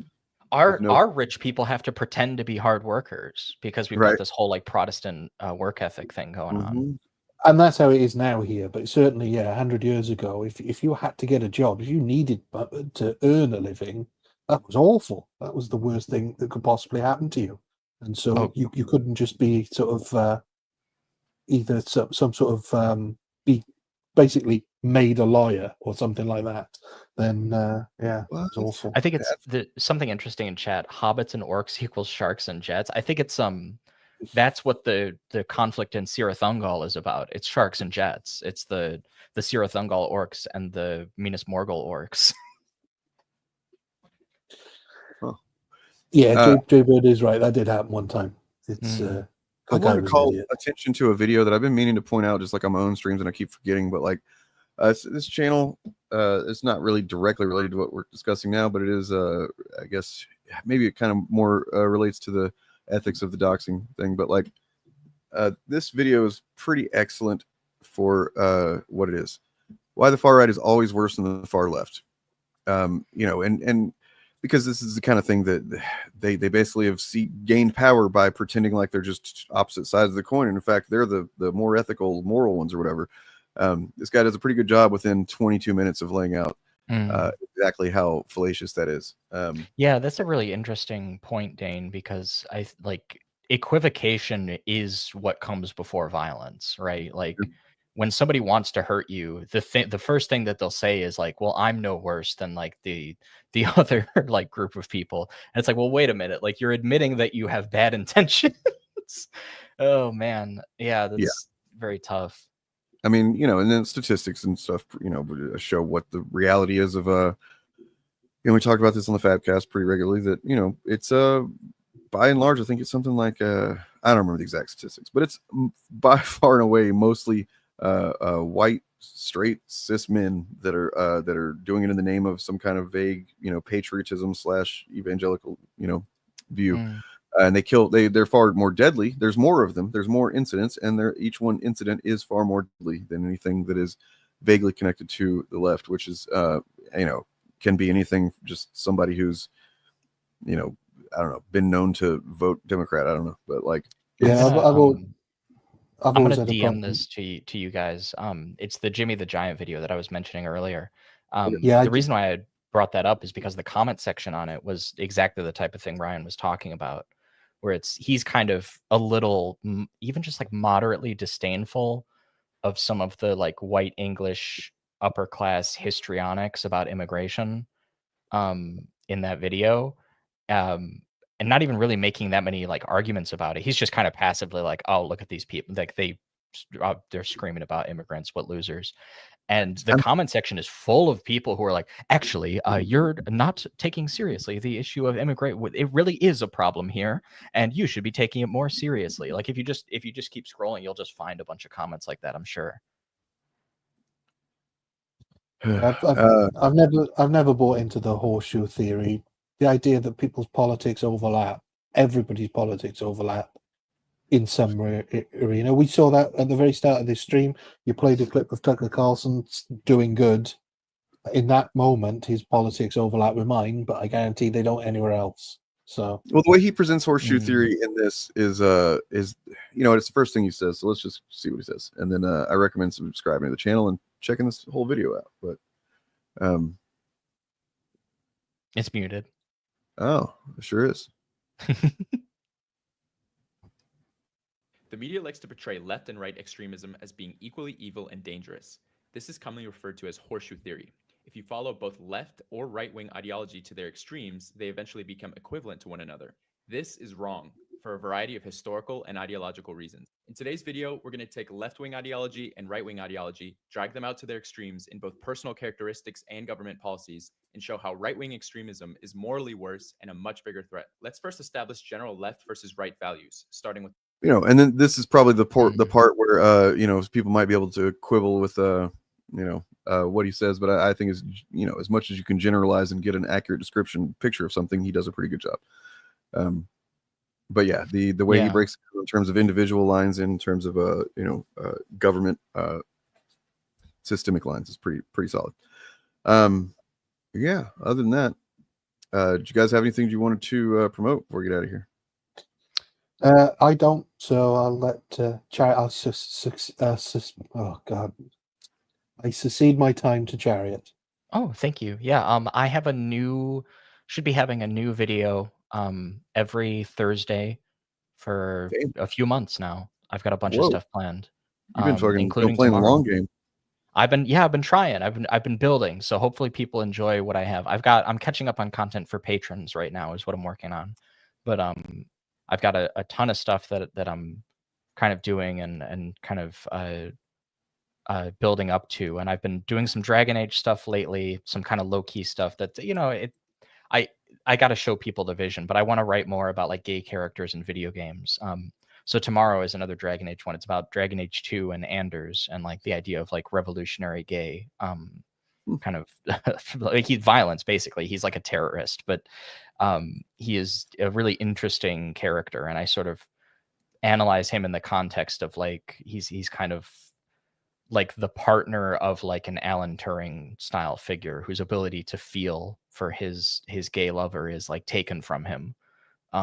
He's the mages in Dragon Age have this thing called tranquility, which is like emotional sterilization. Like they no longer dream. They no longer really have feelings. Oh God. It's kind of like being on certain types of like antipsychotic drugs, and I've had this experience where like you just kind of stop having feelings, you know, like you still have like preferences and ideas, but you don't have the extreme like emotional swings anymore. And that's kind of like, it's a more extreme version of like that. It's really messed up, and it's a really interesting kind of narrative element of that universe. And then that's tomorrow. Next week, I've got a video about Andor and fascism and genocide.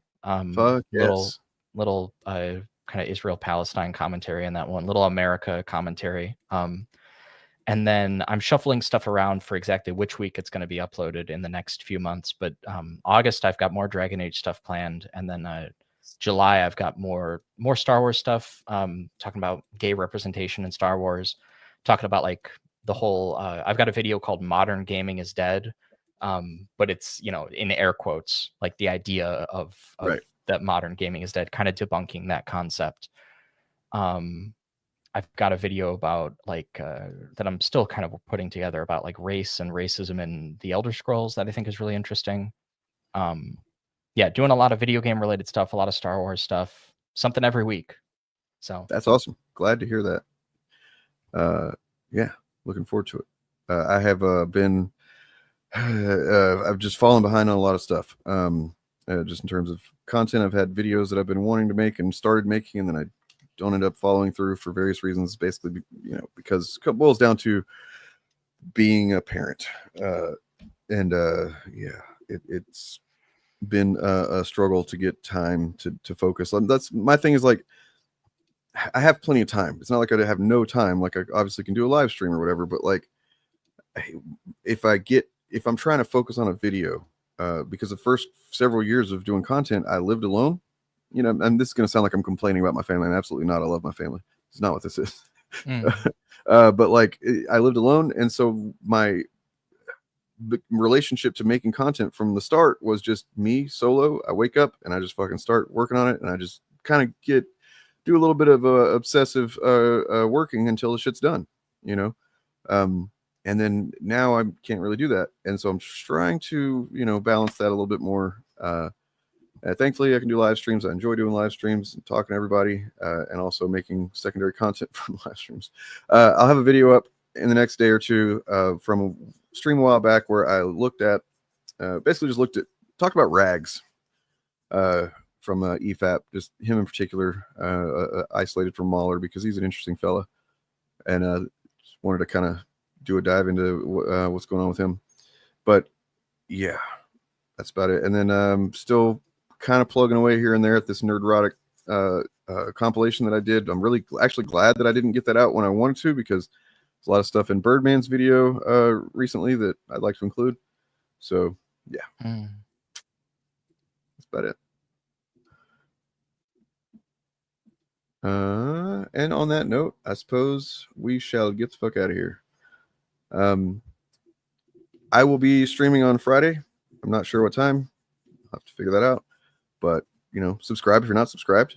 Then get that notification and whatnot. Also, everybody on screen here, everybody that was here today, and pretty much everybody that's ever here, is always linked in the description of the streams where you can go and peruse. There's a lot more people down there too. Check them all out.